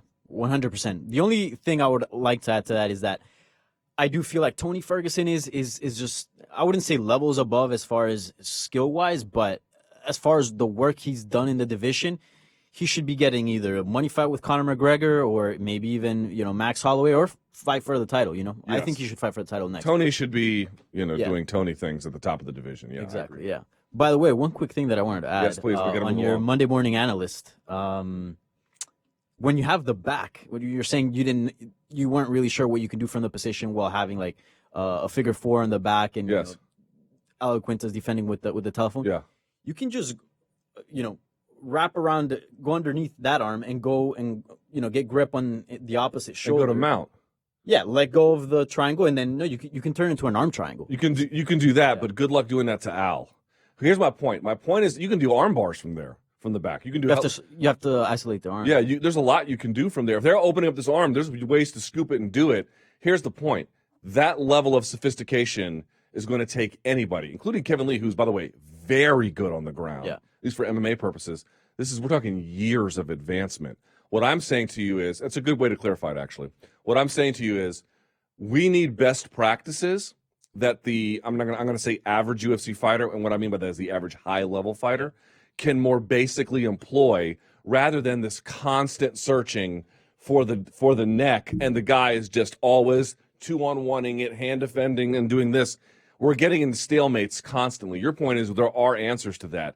My point is, in MMA, the guys who are in sport jiu-jitsu, there's a lot of guys who could do that. In MMA, there's virtually nobody that good.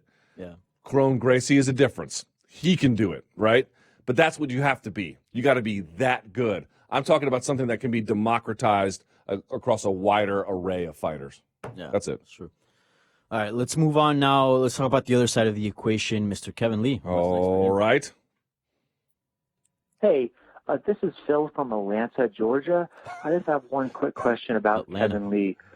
So now, after his loss on Saturday night, who do you see him fighting next? Does a rematch with Edson Barboza seem likely? Okay, enjoy the show. I'll hang up now. Thank you. Can I tell you who I'm feeling? I don't know that I want to see another Edson Barboza fight because I don't either. It happened so recent. That, and it's like what Kevin Lee has to work on is not really his ground game. Like when he beat Al on the ground. And again, I'm not saying every time they were on the ground, but look at the first fight. He won the second round. How did he win the second round in the first fight? On the ground. Yep. How did he score points in this one? On the ground. He got a couple of nice shots here or there, but like his ground game is phenomenal. That's how he beat Edson. And moving to mount, by the way. Yeah. What I'm trying to say is he needs growth in his striking, and it's come a long way, and he's so much better. But what about Anthony Pettis? They had Pettis and Gaethje rumored, but Gaethje was out there calling for other people this weekend. So that seems like a one that could be kind of interesting. Yeah, and Pettis coming off that Ferguson loss, so Exactly. it makes sense there. Kevin Lee did mention that he really wants that 165-pound weight class, but at least we don't know that it's going to come anytime soon. So he did mention that maybe welterweight might interest him because the cuts are getting harder. I would throw out there recent winner Gunnar Nelson. Ooh, that'd be a good one. Gunner's not a big guy. And that'd be for that division. That's a bad matchup for Kevin right now on the feet. Well, that's a tough matchup for him. That's a tough matchup for him. Kevin, here's the other thing about Kevin that people are going to bury him. I had someone saying this on Twitter to me the other day. They were like, I was teasing that we were going to do the Monday Morning Analyst, and I was saying like, we're going to talk about why Kevin Lee or why I'll beat Kevin. And whenever I do that, I always get two kinds of responses. Like, how did Max beat Brian? And people always go, he punched him in the face, bro. It's like, thank you for this illuminating conversation. But the other one is that, you see it all the time. Kevin Lee sucks, bro. He was overrated. No, Kevin Lee's 26. And I don't know how he's going to progress, but Al Iaquinta's 31? Yeah. Was Al as good as Kevin Lee is now 5 years ago? I would submit to you he wasn't. I would submit to you that he wasn't. Kevin Lee is 26 years old, and he keeps trying to reach for that next ladder rung. And he's coming up a little bit short. But notice what the words I'm saying are, a little bit short. I am a big believer in Kevin Lee's ability. I'm a big believer in how good he is. I just think he has to keep going a little bit and he'll round those corners. Yeah. Also, like, he might just be fighting in a wrong weight class, too. Like, we got to consider that, too. Like, there's so many fighters that are good and just can't reach that next level. And when you're at the very top, just little things can make huge differences. Maybe just 5 extra pounds just turns them into a killer. So who knows? Yep. But yeah, so let's keep talking about UFC Milwaukee. This caller had an interesting question. Hey, Luke. Hey, Danny. This is John from Lathrop Village, Michigan.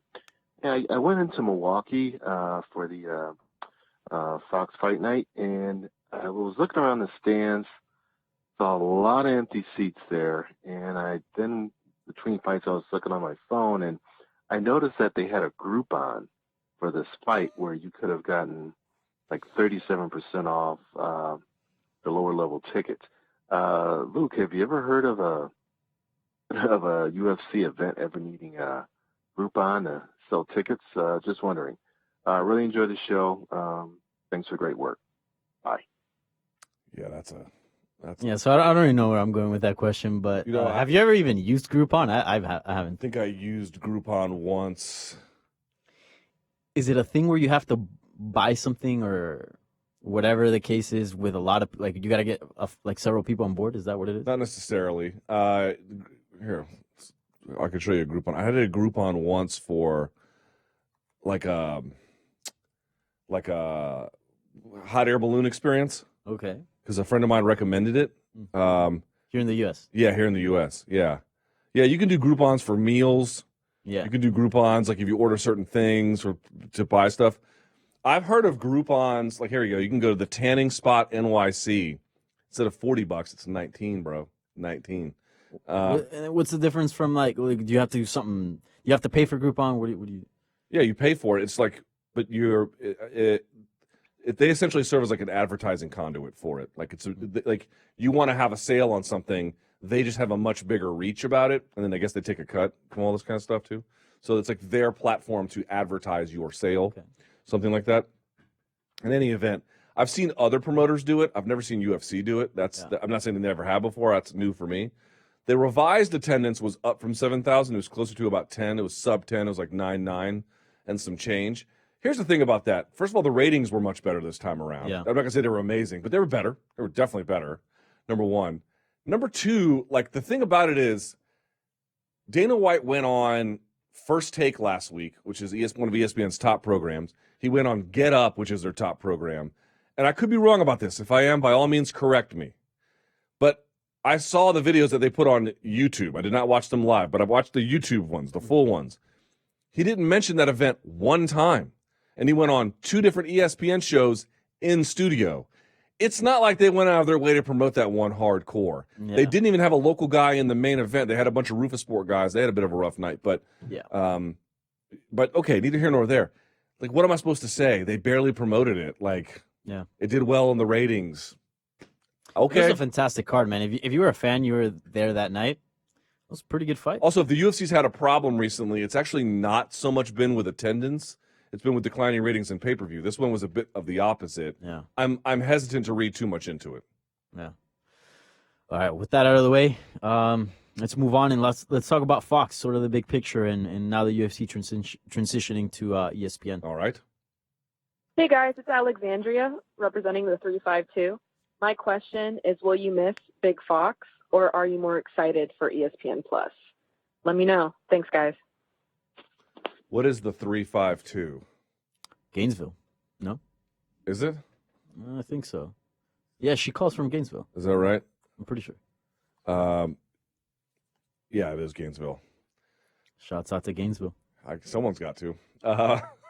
I'm such a hater. It's unbelievable. Yeah, hey, someone's got to hate. Yeah, you know what? That's like T.I. said, haters, time to get on your job. And I got my hard hat and I went to work. Okay. What was the question? Oh, am I going to miss Big Fox? You know what? I've said. Or are you excited for ESPN? I'm more excited for ESPN because here's what it looks like to me. The ESPN deal is about many things. One of which, of course, is no one really knows. Like, what was interesting about the Fox deal? I made this point on my radio show. What was interesting about the Fox deal is, think about the Fox deal, Danny. It was 2011, yeah? It kicked in 2012, but it was 2011. They announced it. And what they said was, do you remember this quote from Lorenzo Fertitta? He said, if by the end of the Fox deal, if all we've added is another 100,000 subscribers or another 100,000 buyers of pay-per-view, then if nothing else works, that alone will have made the deal worth it. And we are so far from that. And you could blame a lot of things that the UFC had control over, namely the glut of shows, for example.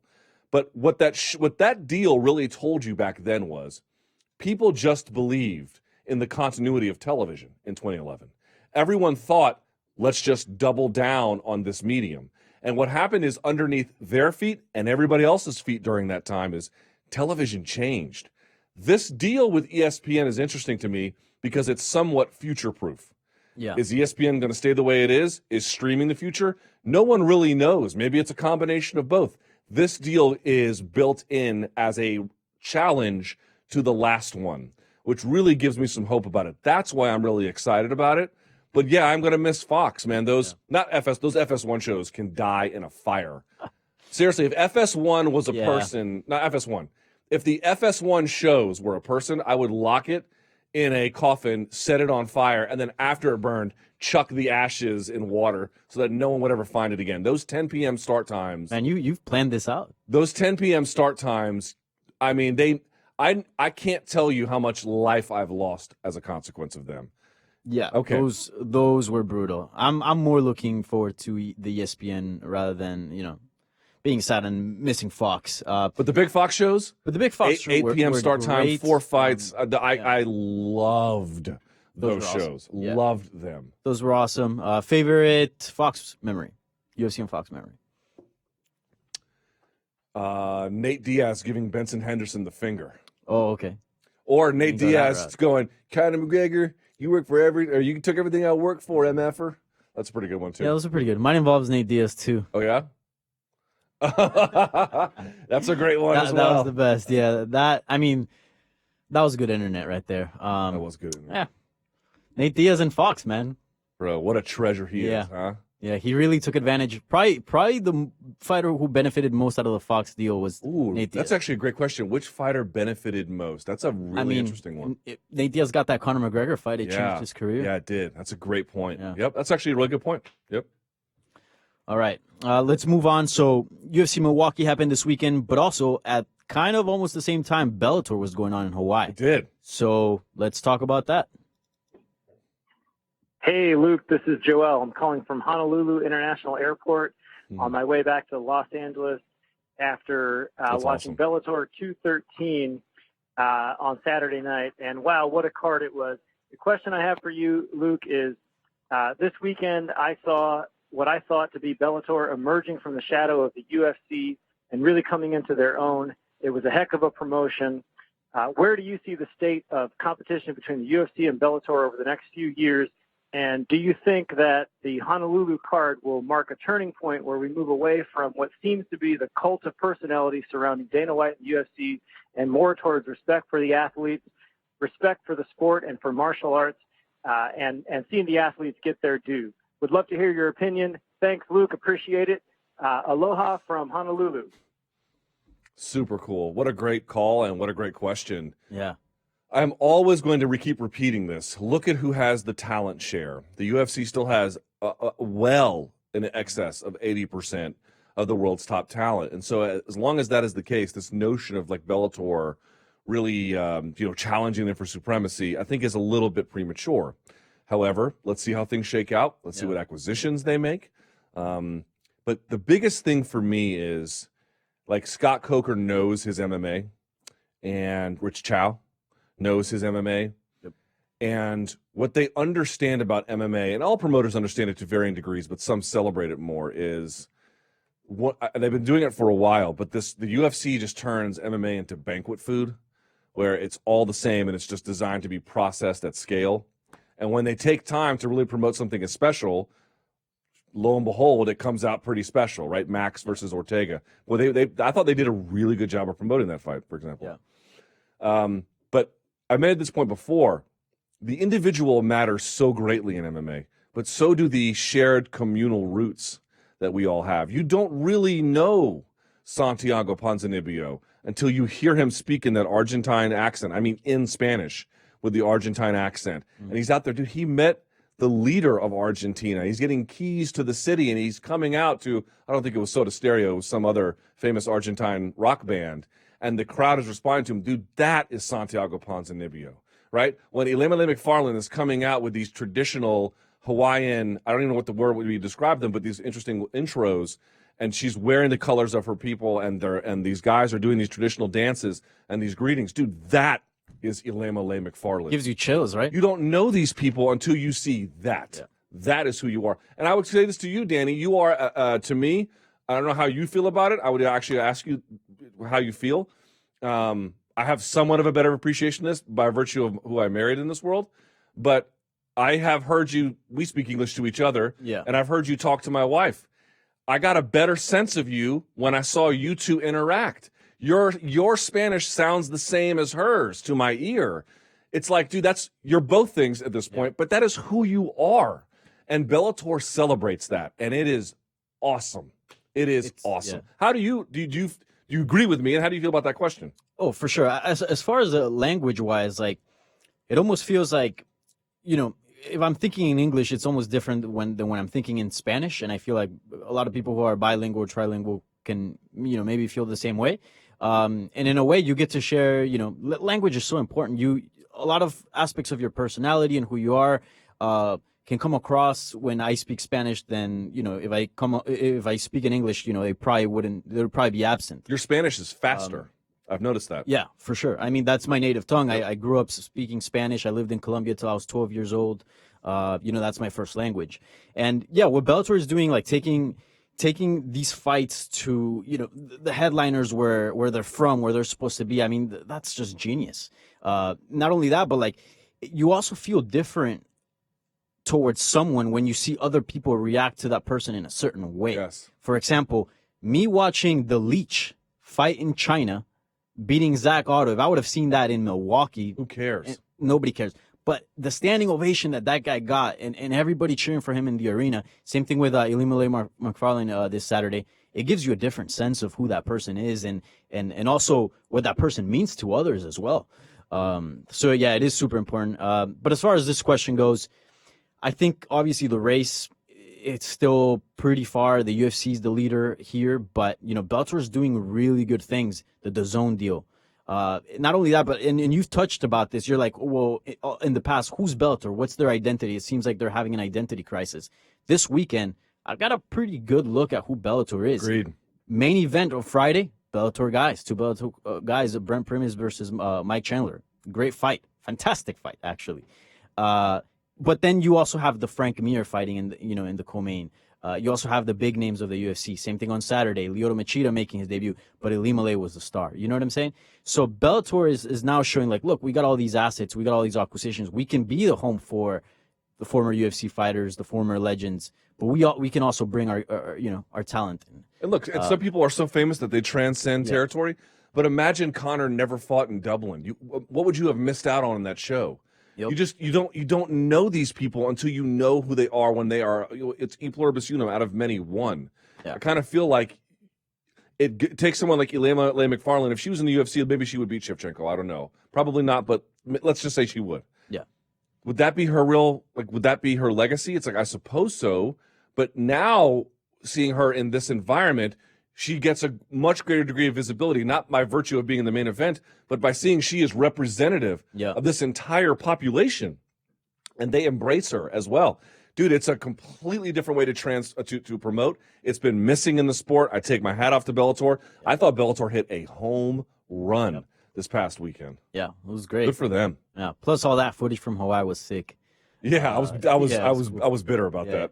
Yeah, you kind of get tired of like the same backdrop and like same arena. It's nice. It's a round world, man. Go see it. Yeah, for sure. All right. This is not really MMA related, but I thought it was a fair question. Okay. Hey, Luke, it's Jake calling in from Western Mass. I know you're more of a Taco Bell kind of guy, but my question for you is, do you think you could finish an entire large 2-topping pizza in one sitting? I'm talking one glass of water, soda, whatever you do, but in one sitting, can you crush a whole large pizza? All right. If so, I'd like to see you post it on social media. You ever seen those eating challenges? In fact, bodybuilders do it on like the 10,000 calorie challenge. Like guys like 12 eggs or something. Yeah, no, dude, to get 10,000 calories, you got to do a lot more than that. But like Max Tuning does a 10,000 calorie challenge, and Brian Shaw, world's strongest man, 4-time world's strongest man. Yes, yeah. He did one. I think it was like either a 15 or a 20,000 calorie challenge that he got up to. Now he's 400 plus pounds, but I have no desire to try that. I have not. There's nothing I watch about that, and I'm like, wow, man, that looks awesome. Yeah. Like when you actually see what someone has to do to get to 10,000 calories, it's gross, bro. Yeah. So could I do it? What's one sitting? An hour? Yeah. About how long a dinner lasts, right? About probably I could. I'm not even going to come close to attempting. I've come close to finishing a whole pie by myself. A large? Yeah. With toppings or just cheese? Pepperoni. What's the most you've ever eaten? Like, have you ever remembered like whole? Oh, when I was in college, I was in a fraternity and we did the Taco Bell gallon of milk challenge. What? That sounds horrible. Oh, it was real bad. So we went to Taco Bell and they didn't tell us we were doing this. We thought it was just the Taco Bell challenge. Oh, wait, was this like a hazing? Yeah. Okay. You know where hazing comes from, by the way, right? Hazing comes from the military. So what happened was all these rituals of abuse after the GI Bill came. They gave it to all these guys after World War II. They all show up to college, and they're like, hey, look at these games we played, and they sort of entered the philanthropic system, and that's how you get fraternity hazing. I was in a fraternity in college, loved every minute of it. So I know fraternities get a bad name now. I had an awesome time. Trust me. Your boy fried a gazillion brain cells, and I don't regret one single loss of them. In any event, we had a taco eating contest, which I lost. I think I got up to like 7 or something. Okay. 7 or 8 maybe. Then we got back and we had to finish a gallon of milk, and I think in an hour. And what happens is you can't actually do it. Have you ever drank a gallon of milk? But before, like, what happens is you just end up like, not when I say vomiting, I mean projectile vomiting. So there were garbage bags and cans everywhere, and they made us drink till we all vomited up. These are really stupid games that I cannot defend in a rational basis, other than to say that at college I had a really good time. So there you go. Yeah, that sounds horrible. Yep. Fun fact: one time, Chipotle had this promotion. It was like buy one burrito, get another one free. That's a lot of burritos, bro. And I was wrestling. So I the first weight class that I wrestled in high school was 103 pounds, 103. Chiquitico. And then I jumped from, literally in one summer, I jumped from 103 to 125. Wow. And I was just eating like a madman because I'm like, there's no way I'm going to be a senior and weigh 103 pounds. So I ate the most I ever eaten was in one sitting, 2 Chipotle burritos, and I have witnesses. I don't know if I could do that. That's a lot, dude. Yeah, man. A lot. All right, let's go through a couple more of these questions before we get to Ray Longo. Cool. Let's talk about UFC 232, right? Yep. Hey, Luke and Danny. I'm Chris from Indianapolis, Indiana, and I'm curious, looking forward to UFC 232 main event. Who do you guys think has the most to lose? So if Gustafsson loses, is he looking at a very long road back to a title fight, since this will be his third time fighting for a title? When people talk about the greats at light heavyweight, is he going to be just a footnote? And if Jones loses, is he going to be knocked down the list when people talk about the greatest of all time? And will this be a sign that his best fighting days are behind him? Thanks. Great question. I've actually thought a lot about this.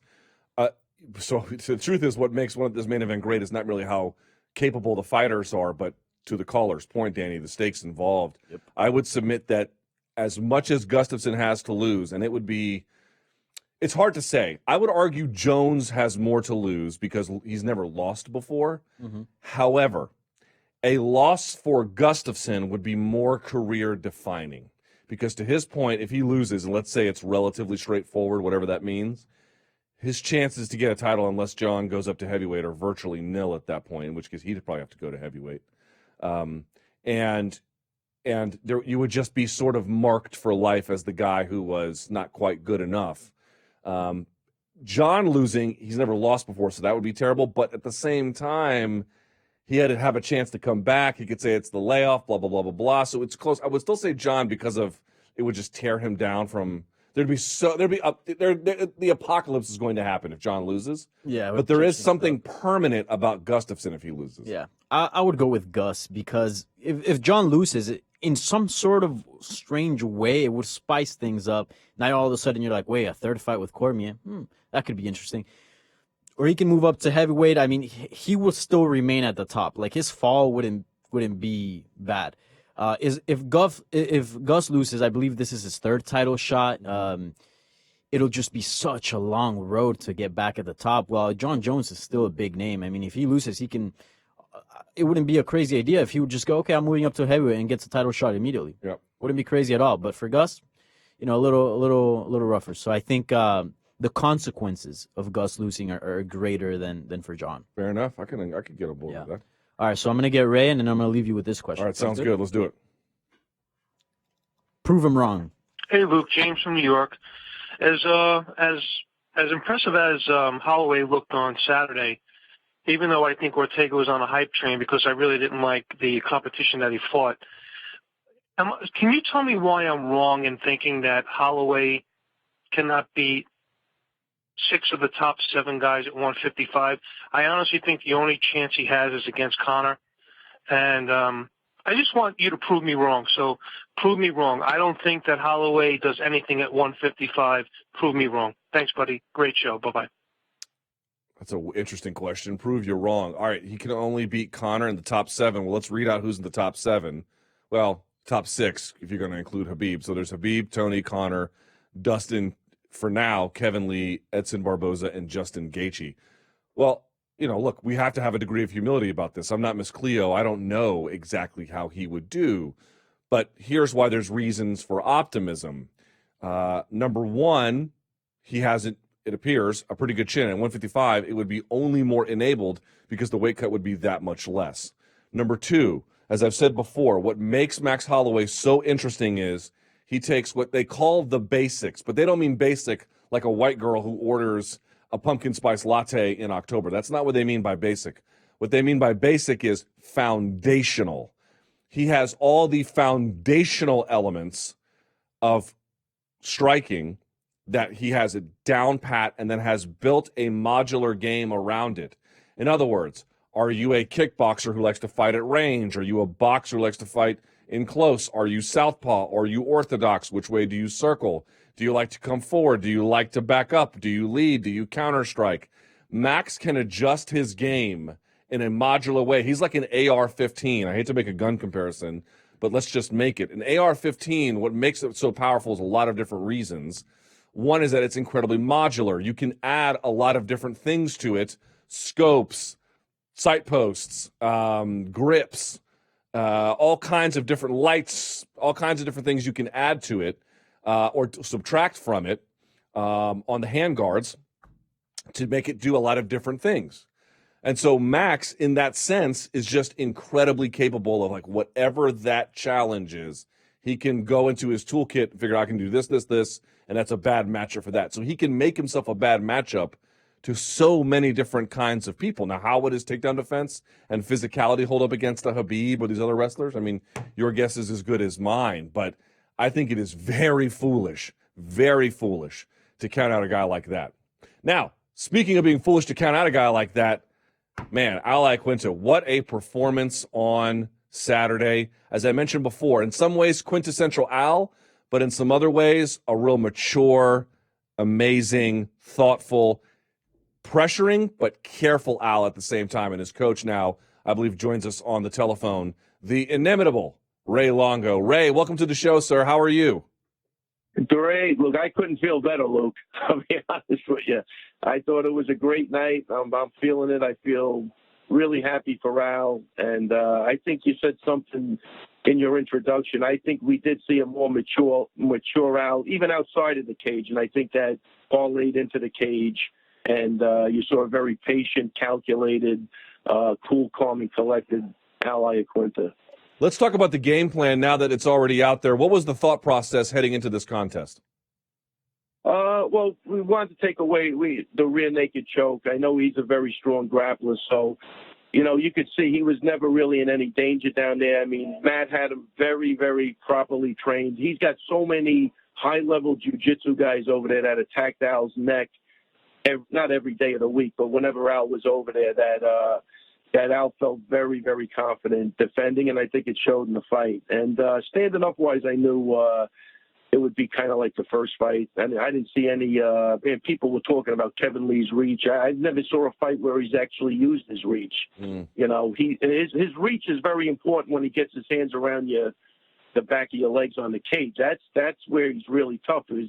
He's very strong and he's got long arms, and it's hard to spread your legs out and really defend the right way. And I think that's why he sees the success. But standing up-wise, he didn't evolve to a guy who's keeping you at the end of his punches. At least I've never seen it. I didn't understand the value of his stance switching. You know, last week, Ray, I'm sure you saw Max Holloway and Brian Ortega. Max Holloway, when he switches stance, he's so lethal no matter what. To me, Kevin Lee, again, he's only 26 years old. I think he's got a bright future. But I didn't see the value in it. I'm not sure what it added. Do you share my assessment? Yeah, no, it actually added nothing. If anything, it got him in trouble. Look, but Holloway's a different creature. That's the first thing. And what really makes Max Holloway really good, he don't give a shit about getting hit in the head. You know, you hit him, he's coming back with 5. You hit Kevin Lee, he's backpedaling. You see the look in his face of confusion. You never see that with Max Holloway. So Max is a different creature than that. But no, I don't think the stance switching. I don't think it did him anything. You know, look, Kevin Lee's a very strong guy. He's very athletic. So when he throws hard, but it's never a combination. He's never slipping and ripping. He's not, you know, he's not the most sophisticated striker, but he certainly is strong and he throws hard. But the stance switching, I think, did nothing it didn't confuse anybody, if that's what you're asking. No, I didn't look like it did either. You know, was one thing else I noticed? Kevin said after the fight he thought he won the first 3 rounds. And let me tell you what I saw. At first I was thinking, geez, that doesn't sound right at all. I thought Al kind of ran away with it. I watched it again, and let me tell you this. I still think Al is the clear, decisive winner. But here's what I did notice. There were times when Kevin would land on Al, and Al just no-sold it. But when Al landed on Kevin, to your point, it had a big impact on him. Did you notice that as well? I'm agreeing 100% with that. You know, you saw it. Look, Al just kept going. You're 100% right. Al did get hit, but he never, ever looked like the guy that wasn't in control of those stand-up battles. Never, ever. I mean, he was pushing him back, and even when he did get hit, he just took it away immediately just by, you know, his posturing and his ability to deal with getting hit and coming right back. So when Kevin got hit, it was, like, dramatic. So, you know, look, winning the fact that he even says after what happened in the 4th and 5th, he's looking to eke out a victory. I mean, you can't possibly think you won that fight. I mean, I don't even know. I mean, I gave Al 1, 2, 4, and 5. 2 being the close one because he did do some damage on the floor, but the last 2 minutes of that round was Al chasing the guy around again and pot-shotting him all over the place. So depending on what you're looking for, but if you're looking for damage, Al did the most damage in that fight. And he always looked like the guy that was in control. Even when he was in bad positions, he never looked like he was in any danger of getting a choke finish. The first fight was definitely way closer than this fight, with as far as for going for the choke. But again, if it's almost like his talking, you got to back up your talk. He's the guy that looked like he didn't, evolve at all. I mean, the stand-up didn't evolve, and he did better in the first fight than he did on the second fight as far as attacking the back. What's crazy is Al comes out to that Sopranos theme, which was just the best. I mean, that if you didn't fist pump to that, you're probably dead inside. But then Kevin came out dancing. Man, that's usually I don't know what it is. Why is it, Ray, that when we see fighters come out dancing, sometimes they win. It's not like they always lose, but it does feel like that pre-fight dancing is a bit of a red flag. I listen. I don't know, but I do agree with you again on that. Yeah, I hope my guys never want to do that.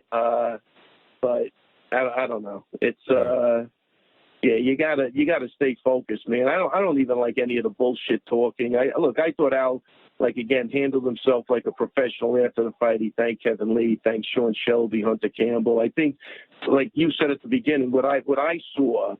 It wasn't a physical thing. It was more of a coming of age and just maturing as a person. And, here's a kid that just really wanted to get paid for his performances. That's all. He always told me, I just want to go in there, feel good about what I'm making, and thank Sean Shelby. That's what he would tell me. You know what I mean? And here's a kid that never lets anybody down in the spotlight. His main event performance, he always comes through. He always fights with his heart. And, like he said, even in the Khabib fight, they'd still be fighting, both of them. Both of those guys would have never stopped fighting in that fight. Nobody was going to quit. And I think that's the mindset you want in a fighter. Was Al happy with his performance after the fight? I think so, yeah. I mean, I think everybody was happy, and I have to say, he was happy. Even when you look at the end of the fight, Al just loves to fight. I don't even think he gave a shit about winning or losing. He just really wanted to fight, and I think that was the other problem. The other guy was, if he could have eked out a decision somehow, he would have been happy with that. Al doesn't want to fight like that. He wants to fight, and then, so to answer your question, I think he was very happy with his performance. Yeah, well, he would have to be. I would say this was his best one, in part because I do think Kevin Lee is very, very talented. Against Al, it certainly just was not enough on Saturday night. But, he's beaten some really good fighters before, like Edson Barboza, and he gave Tony Ferguson a run before things went south. And I have a lot of respect for him. And just as you mentioned, it was the maturation of skill and then the maturation of self. It was a bit of a can't-lose position for him. Without a doubt. That's what I felt. And, look, as for when I started looking at the fight and who they fought first of all, because I really was confused over why Al was such a big underdog, but luckily it worked out for everybody on Long Island because they won a lot of money. But I was really, really confused. I was like, wow, what are they seeing? Are they not putting any emphasis on what this guy did with Khabib on 24-hour notice? This guy has mauled everybody, mauled them. And as far as Kevin Lee beating Barboza, he beat Barboza after the guy got literally hammered by a grizzly bear. I think he caught him at the right time. So I didn't even put any emphasis on that. And, Al had 3 rounds with Jorge Masvidal, which I thought was, who I think is one of the best fighters out there, tough as nails, skillful as hell. And I put more credence into that than what I was looking on the other side. So we felt confident going in there. But I'm just glad it worked out the way it did because we've had so many problems with injuries and just getting people to the fights, healthy. So luckily this one worked out. Do you think Al? I mean, you never know, right? Luck is what luck is. It's unpredictable and sometimes it's difficult. But do you feel like Al has? Do you feel like Al has his injury woes behind him for the most part? Look, we did a great job this camp, though. Are they behind him completely? No, definitely not. He'll always have to deal with certain things, but I think we found the recipe how to work around him, and, he's got a great team around him now. He's got, he goes out to Staten Island with the Sports Science Institute. They really stay on top of him. He's got a couple Dr. Sherry over here in the house that watches him, every day that he's here. So he's going to need that type of monitoring. I think he's got those type of injuries. But who the hell knows, man? I've seen him with great days and I've seen him with really not good days. So to answer your questions, I really hope that it's behind him, but I can't say that positively, and, that's what, to me, it was such a great, it was just a great culmination of watching all the things that he does. Like his rehab, he's so disciplined with doing even the little band stuff and how to keep that knee and all the surrounding muscles functioning right for him. Like he's very, very disciplined, but it takes hours before and after sparring, before and after working out. I've never seen a guy that disciplined, and that's what it's going to take to go forward. So he doesn't have a lot of margin forever in the future, for sure. And, as you get older, it's going to get worse. But I think for right now, we found the recipe, and I think if he sticks to that, he's going to he's hell for anybody, man. You know that at this point. He's coming to fight. He's never disappointed in a fight. He's always coming forward, and not just going forward getting hit. He's coming forward making you miss and hit. And so couldn't be happier for a guy. I watched the time, and I watched, the sacrifices he's made to just get to this point. And what's interesting is he seems to be, to your point of given his post-fight comments, he seems to be, look, Al believes what he believes, and that shouldn't change. But exactly, he's found a working relationship with the UFC, it seems.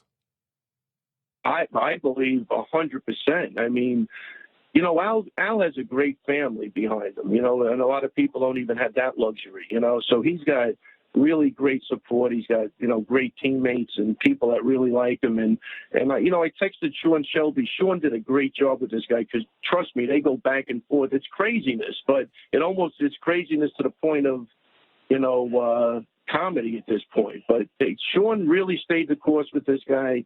He believed in him. He loves Al's father.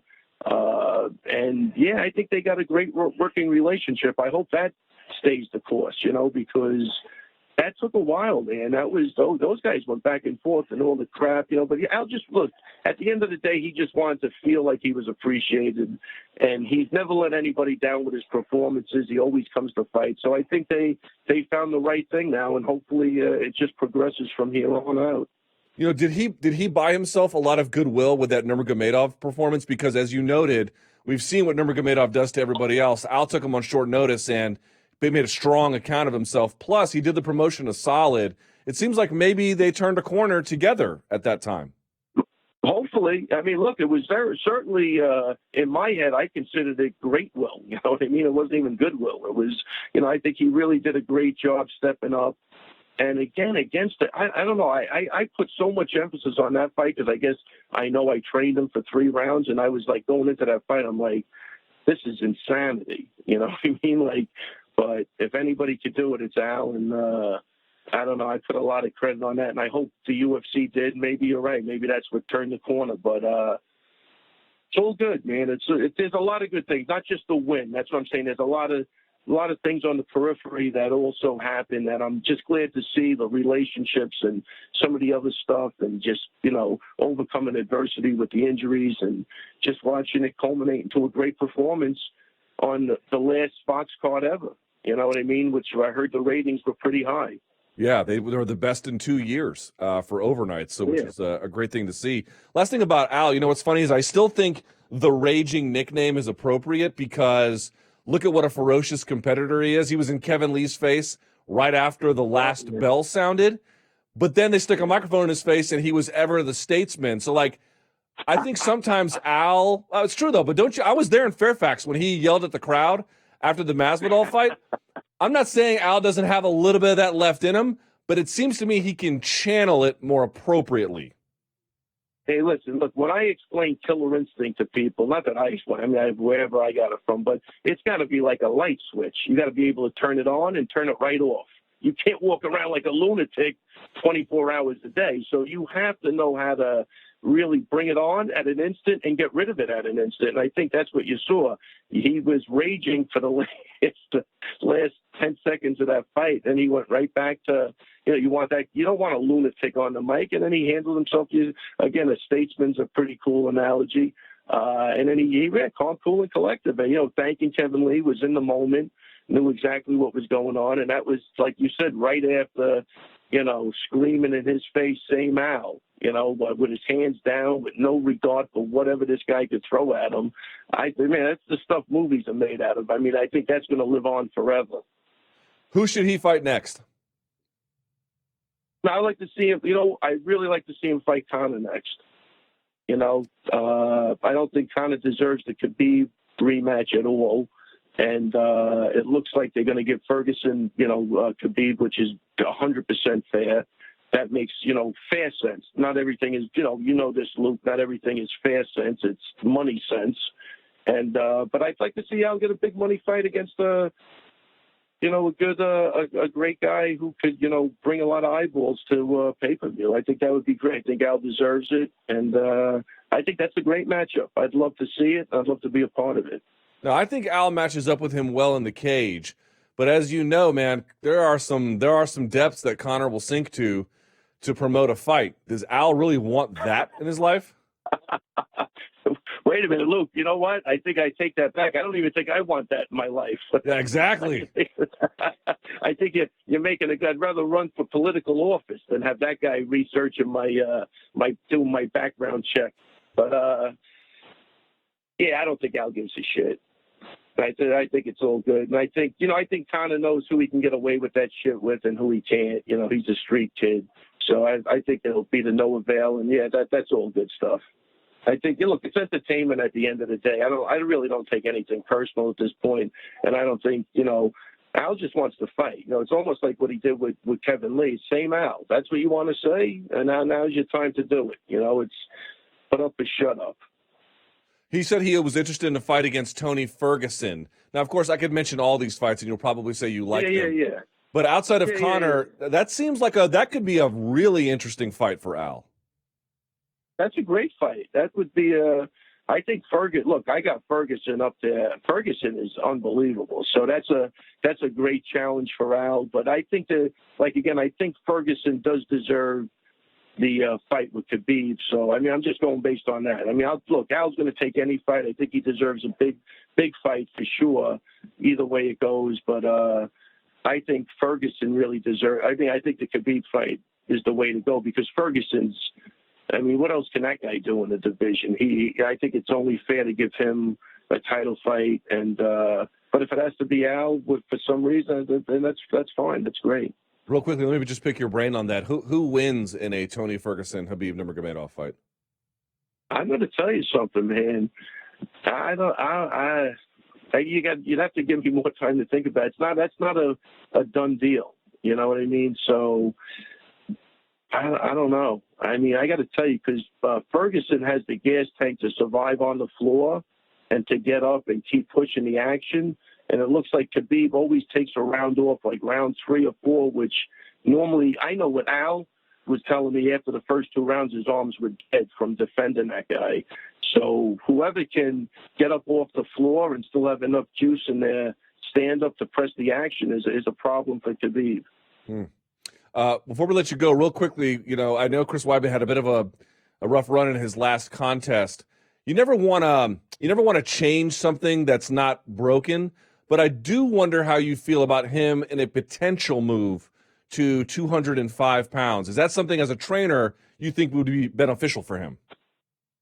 It's funny. We were just talking about weight cuts a little while ago. These guys really kill themselves making the weight. So I think that's a potential thing, but he's scheduled for surgery on his neck again, December 26th. He definitely scheduled it. They're going to see if it doesn't have to be, it won't be. But, he's got some injuries, man, that he's going to have to deal with that are really coming back to bite him in the ass, I think. So 205, and you never know. And those injuries could be a result of, making the weight, dehydrating your body and, not being 100%, in that regard. So 200, I think it's a possibility, but we never really sat down and talked about it. But I think it's worth entertaining. But right now, for me, I just want to see a healthy Chris Weidman for anything, just in general. And that's for all my guys at this point. This sport is unforgiving, man. And these guys, their bodies go through hell. You know what I mean? And I think that's where even Al was coming for wanting to get paid. He just, it's not, look, this ain't an easy sport. Nobody's, you can see by some of the older guys now that are starting to retire, they're not getting out of there unscathed. You know what I mean? So these guys deserve to make money. They know the risk and rewards. And yeah, if 205 is going to make him healthier, then I'm 100% for it. Well, I got to tell you, Al Iaquinta looked amazing on Saturday. I think he woke up a lot of people, surprised some, confirmed the beliefs of others, and you guys did a fantastic job getting him ready. Ray, I really appreciate your time. I take my hat off to you and can't wait to see what you guys over there in Long Island have cooked up next. Beautiful. Thank you very much, Luke, for having me on. Really great. Good luck with the show. I hope it's going great for you. Thank you, buddy. I appreciate that. We'll see you on the road, I'm sure. There he goes. All right. There he is. One more guest, and then that'll be that. We go now. I mean, this gentleman has been in the news for a while now, but we wanted to sit him down here on the MMA Hour. Sage Northcutt's gone from UFC to now one championship. I spoke with him earlier today. Here's our conversation. Hey, what's up? Thanks for having me. That's a very festive, is it a shirt or a rash guard you're wearing? I think it's like a mix. It feels like a rash guard, it's like a t-shirt. It's a little tight. Are you excited for the holidays? You must be. I can tell that you are. Oh, yeah, definitely. I'm actually at my family's house right now. Got some lights in the back. Getting ready for Christmas. It's going to be fun. All right, man, let's get right to it. Really appreciate your time. I know you got a busy schedule, so I don't want to waste any of your precious day here. So let's just jump into it. How long before you signed with one did you know you were going to sign with one? Well, the UFC had a 90-day period after my contract ended with UFC in my last fight against Zach Otto. So before that 90 days was up, the Uriah Faber actually asked the UFC to release me from my contract, so that way we could go out and talk to other organizations about what they had to offer, I guess, and where I'd be going. So once that 90 days was up, around that time, I went over to Singapore and saw one championships, and then found out that I was going to be signing with them. When you went over to Singapore, what were you expecting? Like, in your mind, what were you expecting, and how much did reality match that? Well, I heard it was the cleanest city ever and one of the coolest cities in the world. So I went there. It was definitely clean, super pretty, and it was like that movie Crazy Rich Asians. I saw like a few little pieces of bits in there. It had like the super awesome boat-looking thing on top of the building. It was nice. Yeah. No, but I mean, in terms of one, I mean, I know you had seen their fights before, and they obviously just raised a ton of money. But in your mind, what were you expecting, and did it match the reality of ultimately what came to be? It was even better in person. It was super cool. I know there's been a lot of people that have said that haven't actually seen the event or been to the event yet. They were saying, "Hey, Sage, I don't know if you want to go to one because it may not be as big as what the UFC is." But over there at one championships, when I was sitting there, they had 35 million viewers watching the fights right there just at that time. And then they had over 1 billion viewers total that watched the fights, over 1 billion, which is crazy. So it's definitely huge. And then I thought it was really cool how when you walk out, they had fireworks shooting up in the arena. And then when the people that had the title won the championship or they defended their title, they had like gold confetti that went everywhere. It was really cool. What is it about one, and you're 22 years old, if I'm not mistaken, right? Yes, sir. Oh, man, to be 22 again, what a blessing that would be, right? But all right, you're 22 years old. What is it you want out of this next chapter in your career? And tell me why one is the place to do it. Well, what I think is cool is that not only do they have MMA, but they also have Muay Thai and they have kickboxing. So I want to be the champion in MMA. I want to be the champion in Muay Thai and kickboxing. I want to do it all. And I think that one championships is really cool because I'm going to get to display my different skill sets in each of those. And I believe I can be the champion in each of those. So I think it's the perfect league.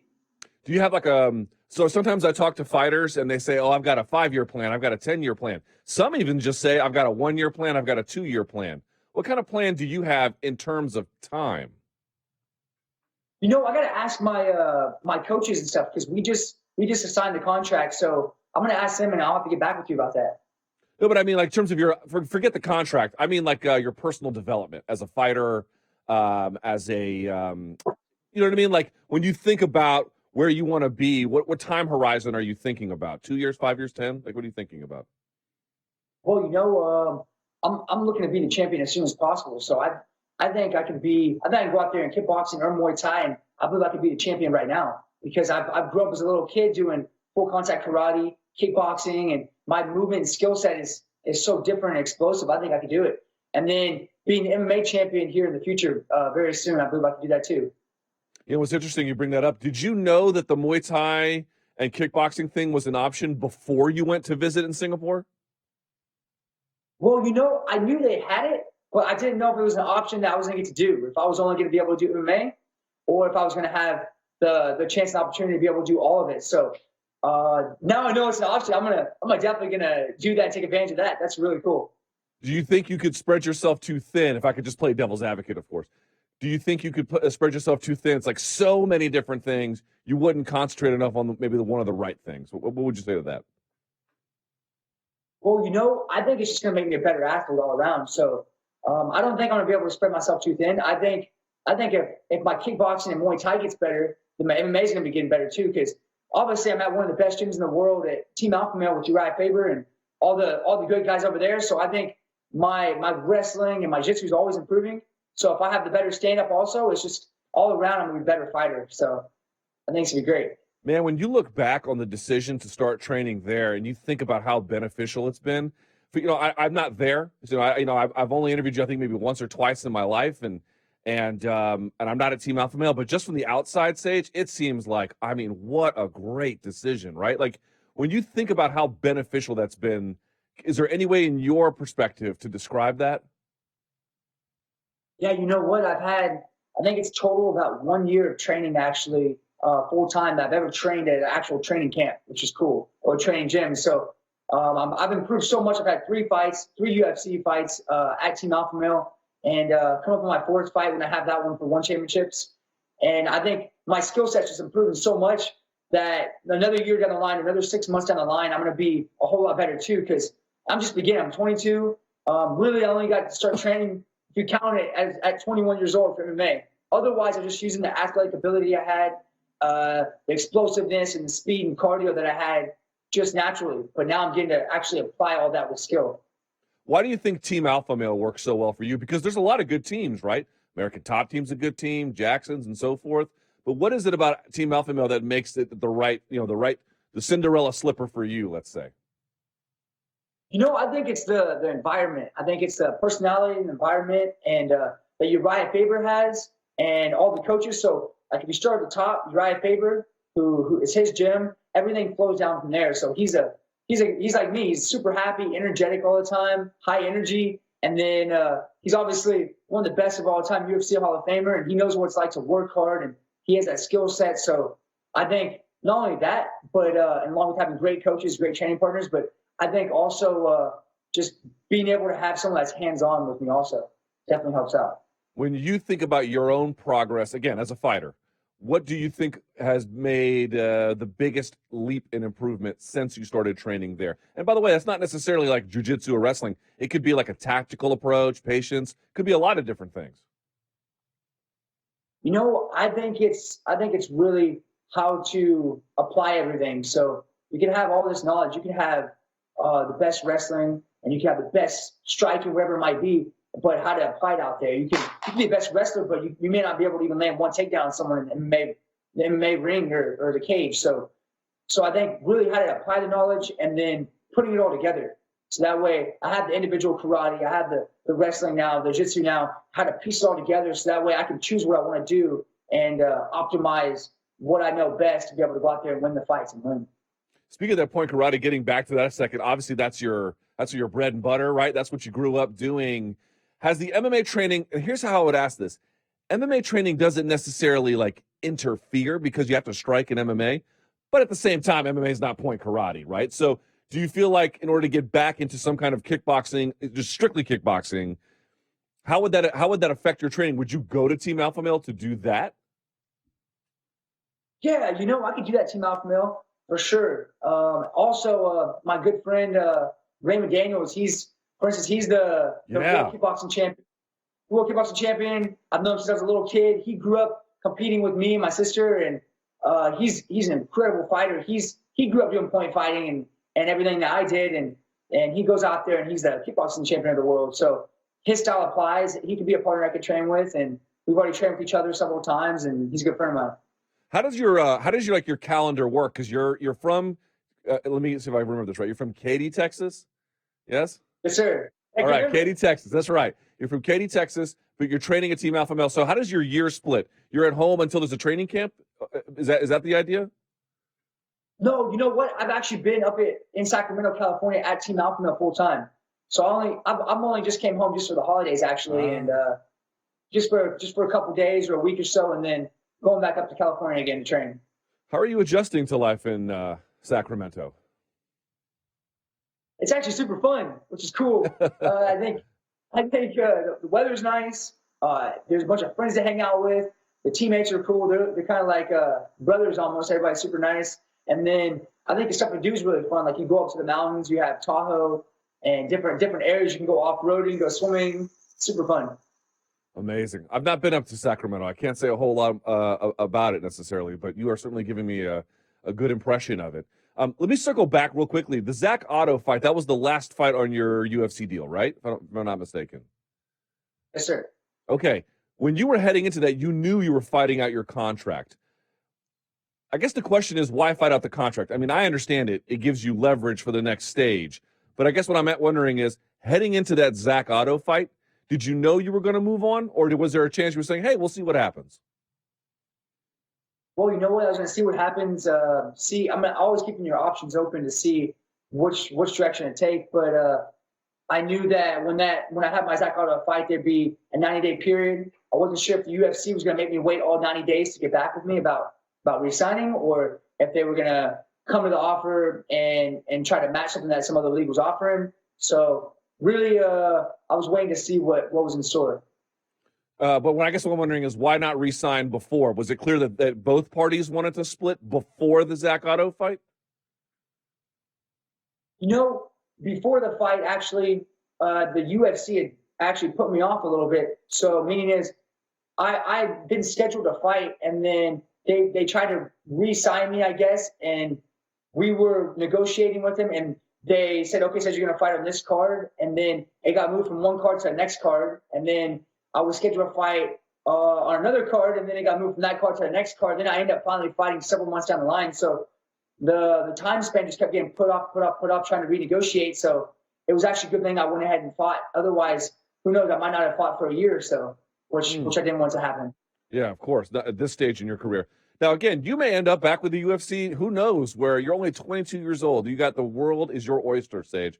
Truly, I mean that. But let's say that you are done with the UFC. What was your favorite UFC moment that you had, at least in that first chapter? Highlight of that experience was what? I think my favorite moment would be, well, I guess two moments would be probably coming into the UFC, being the youngest fighter coming into the UFC, and winning the most fights, being undefeated 5-0 as a lightweight, and then my last fight, going out with a knockout and seeing how much I've improved from my first fight in the UFC and against Zach Otto. Now, you're also relentlessly positive, but let's flip the equation. What was the toughest challenge that maybe you had to entertain while being in the UFC? I think the toughest challenge would be having to fight for the UFC, being so sick, and then not having really any training experience. So just going there with my natural talent that I had, and being in school at the same time, and then being extremely sick with strep throat when I should have had my tonsils taken out because I was so sick. What fight was that again? What was that? What fight was that? Oh, that was my fight against Brad. Well, actually, just coming in from the UFC after my first fight in the UFC, I was super sick for all my fights up until about right after my fight against Mickey Gall. I was super sick on and off throughout several fights, unfortunately. But then I had my tonsils taken out, and now it's much better. Yeah, I'm about to say you got to be feeling tremendous at this point, right? Yes, sir. I feel great. Yes, sir. Let me ask you, you're obviously a gentleman that works out in the gym. How do you keep the physique doing MMA training? Because I talk to a lot of MMA fighters, and they say, well, I have no ability to lift weights like a bodybuilder. So are you still in there slinging the weights around? Yeah, absolutely. Yes, sir. I think that being strong and having strength does help out. So if you're one of the strongest guys pound for pound in your weight class or whatever division you're in, I think that definitely helps out. I mean, if you're in a shot and maybe you don't have the right technique yet, but you're able to pick someone above your head and send them on the ground, then that definitely helps out. You saw Rampage Jackson back then in the UFC when someone had him in position, he picked him up and slammed him, knocked him right out. Maybe it wasn't. People might say, "Well, that was dangerous. Maybe could have got triangle choked more or something." But root strength does play a factor and can help out for sure. All right. So between the bench, the squat, and the deadlift, what's your favorite lift and why? Man, that's hard. I would say I probably have to say legs, so probably squats. Why squats? Why do you like the squat so much? I like the squats because you get to squat so much weight. And in a normal gym you walk into, you get to see the bars start to bend, which is fun. And then I don't know, it's just super fun. It's an explosive thing. You really get to feel that translate big time when you're picking people up and you're throwing them around. Just having that power, squat power just feels good. Man, you got to set up an Instagram channel of just you lifting, just that, nothing else. Hey, I might have to do that. That'd be fun. Can we get one front double buys before you go? Look at those things, man. That's incredible. Oh, that's ridiculous. It's the most ridiculous physique. Hey, before you go, very quickly, when are you looking to make your debut? First quarter of 2019? What are you thinking about? Yes, sir. Well, it looks like sometime around February or March. So I'm looking that there's a card in Singapore for One Championships, February 22nd. And we're going to talk with One Championships and see what card's going to be on. Amazing. Well, I got to tell you, it's a real treat to get to talk to you, Sage. I wish nothing but the best for you in your journey at One. Who knows where life's going to take you, but right now it takes you to One FC or One Championship, excuse me. And by the way, Feliz Navidad, Merry Christmas. Look at that. Santa's most helpful elf right there. Thanks. Appreciate it. There he Merry goes. Christmas too. Thank you so much, Sage. Really appreciate it. There he goes. Sage Northcutt. There he goes. All right. All right. That is it for us. We really appreciate it. Remember, subscribe to the YouTube channel. Listen to us on Apple Podcasts, iTunes, the whole bit. And until next time, stay frosty.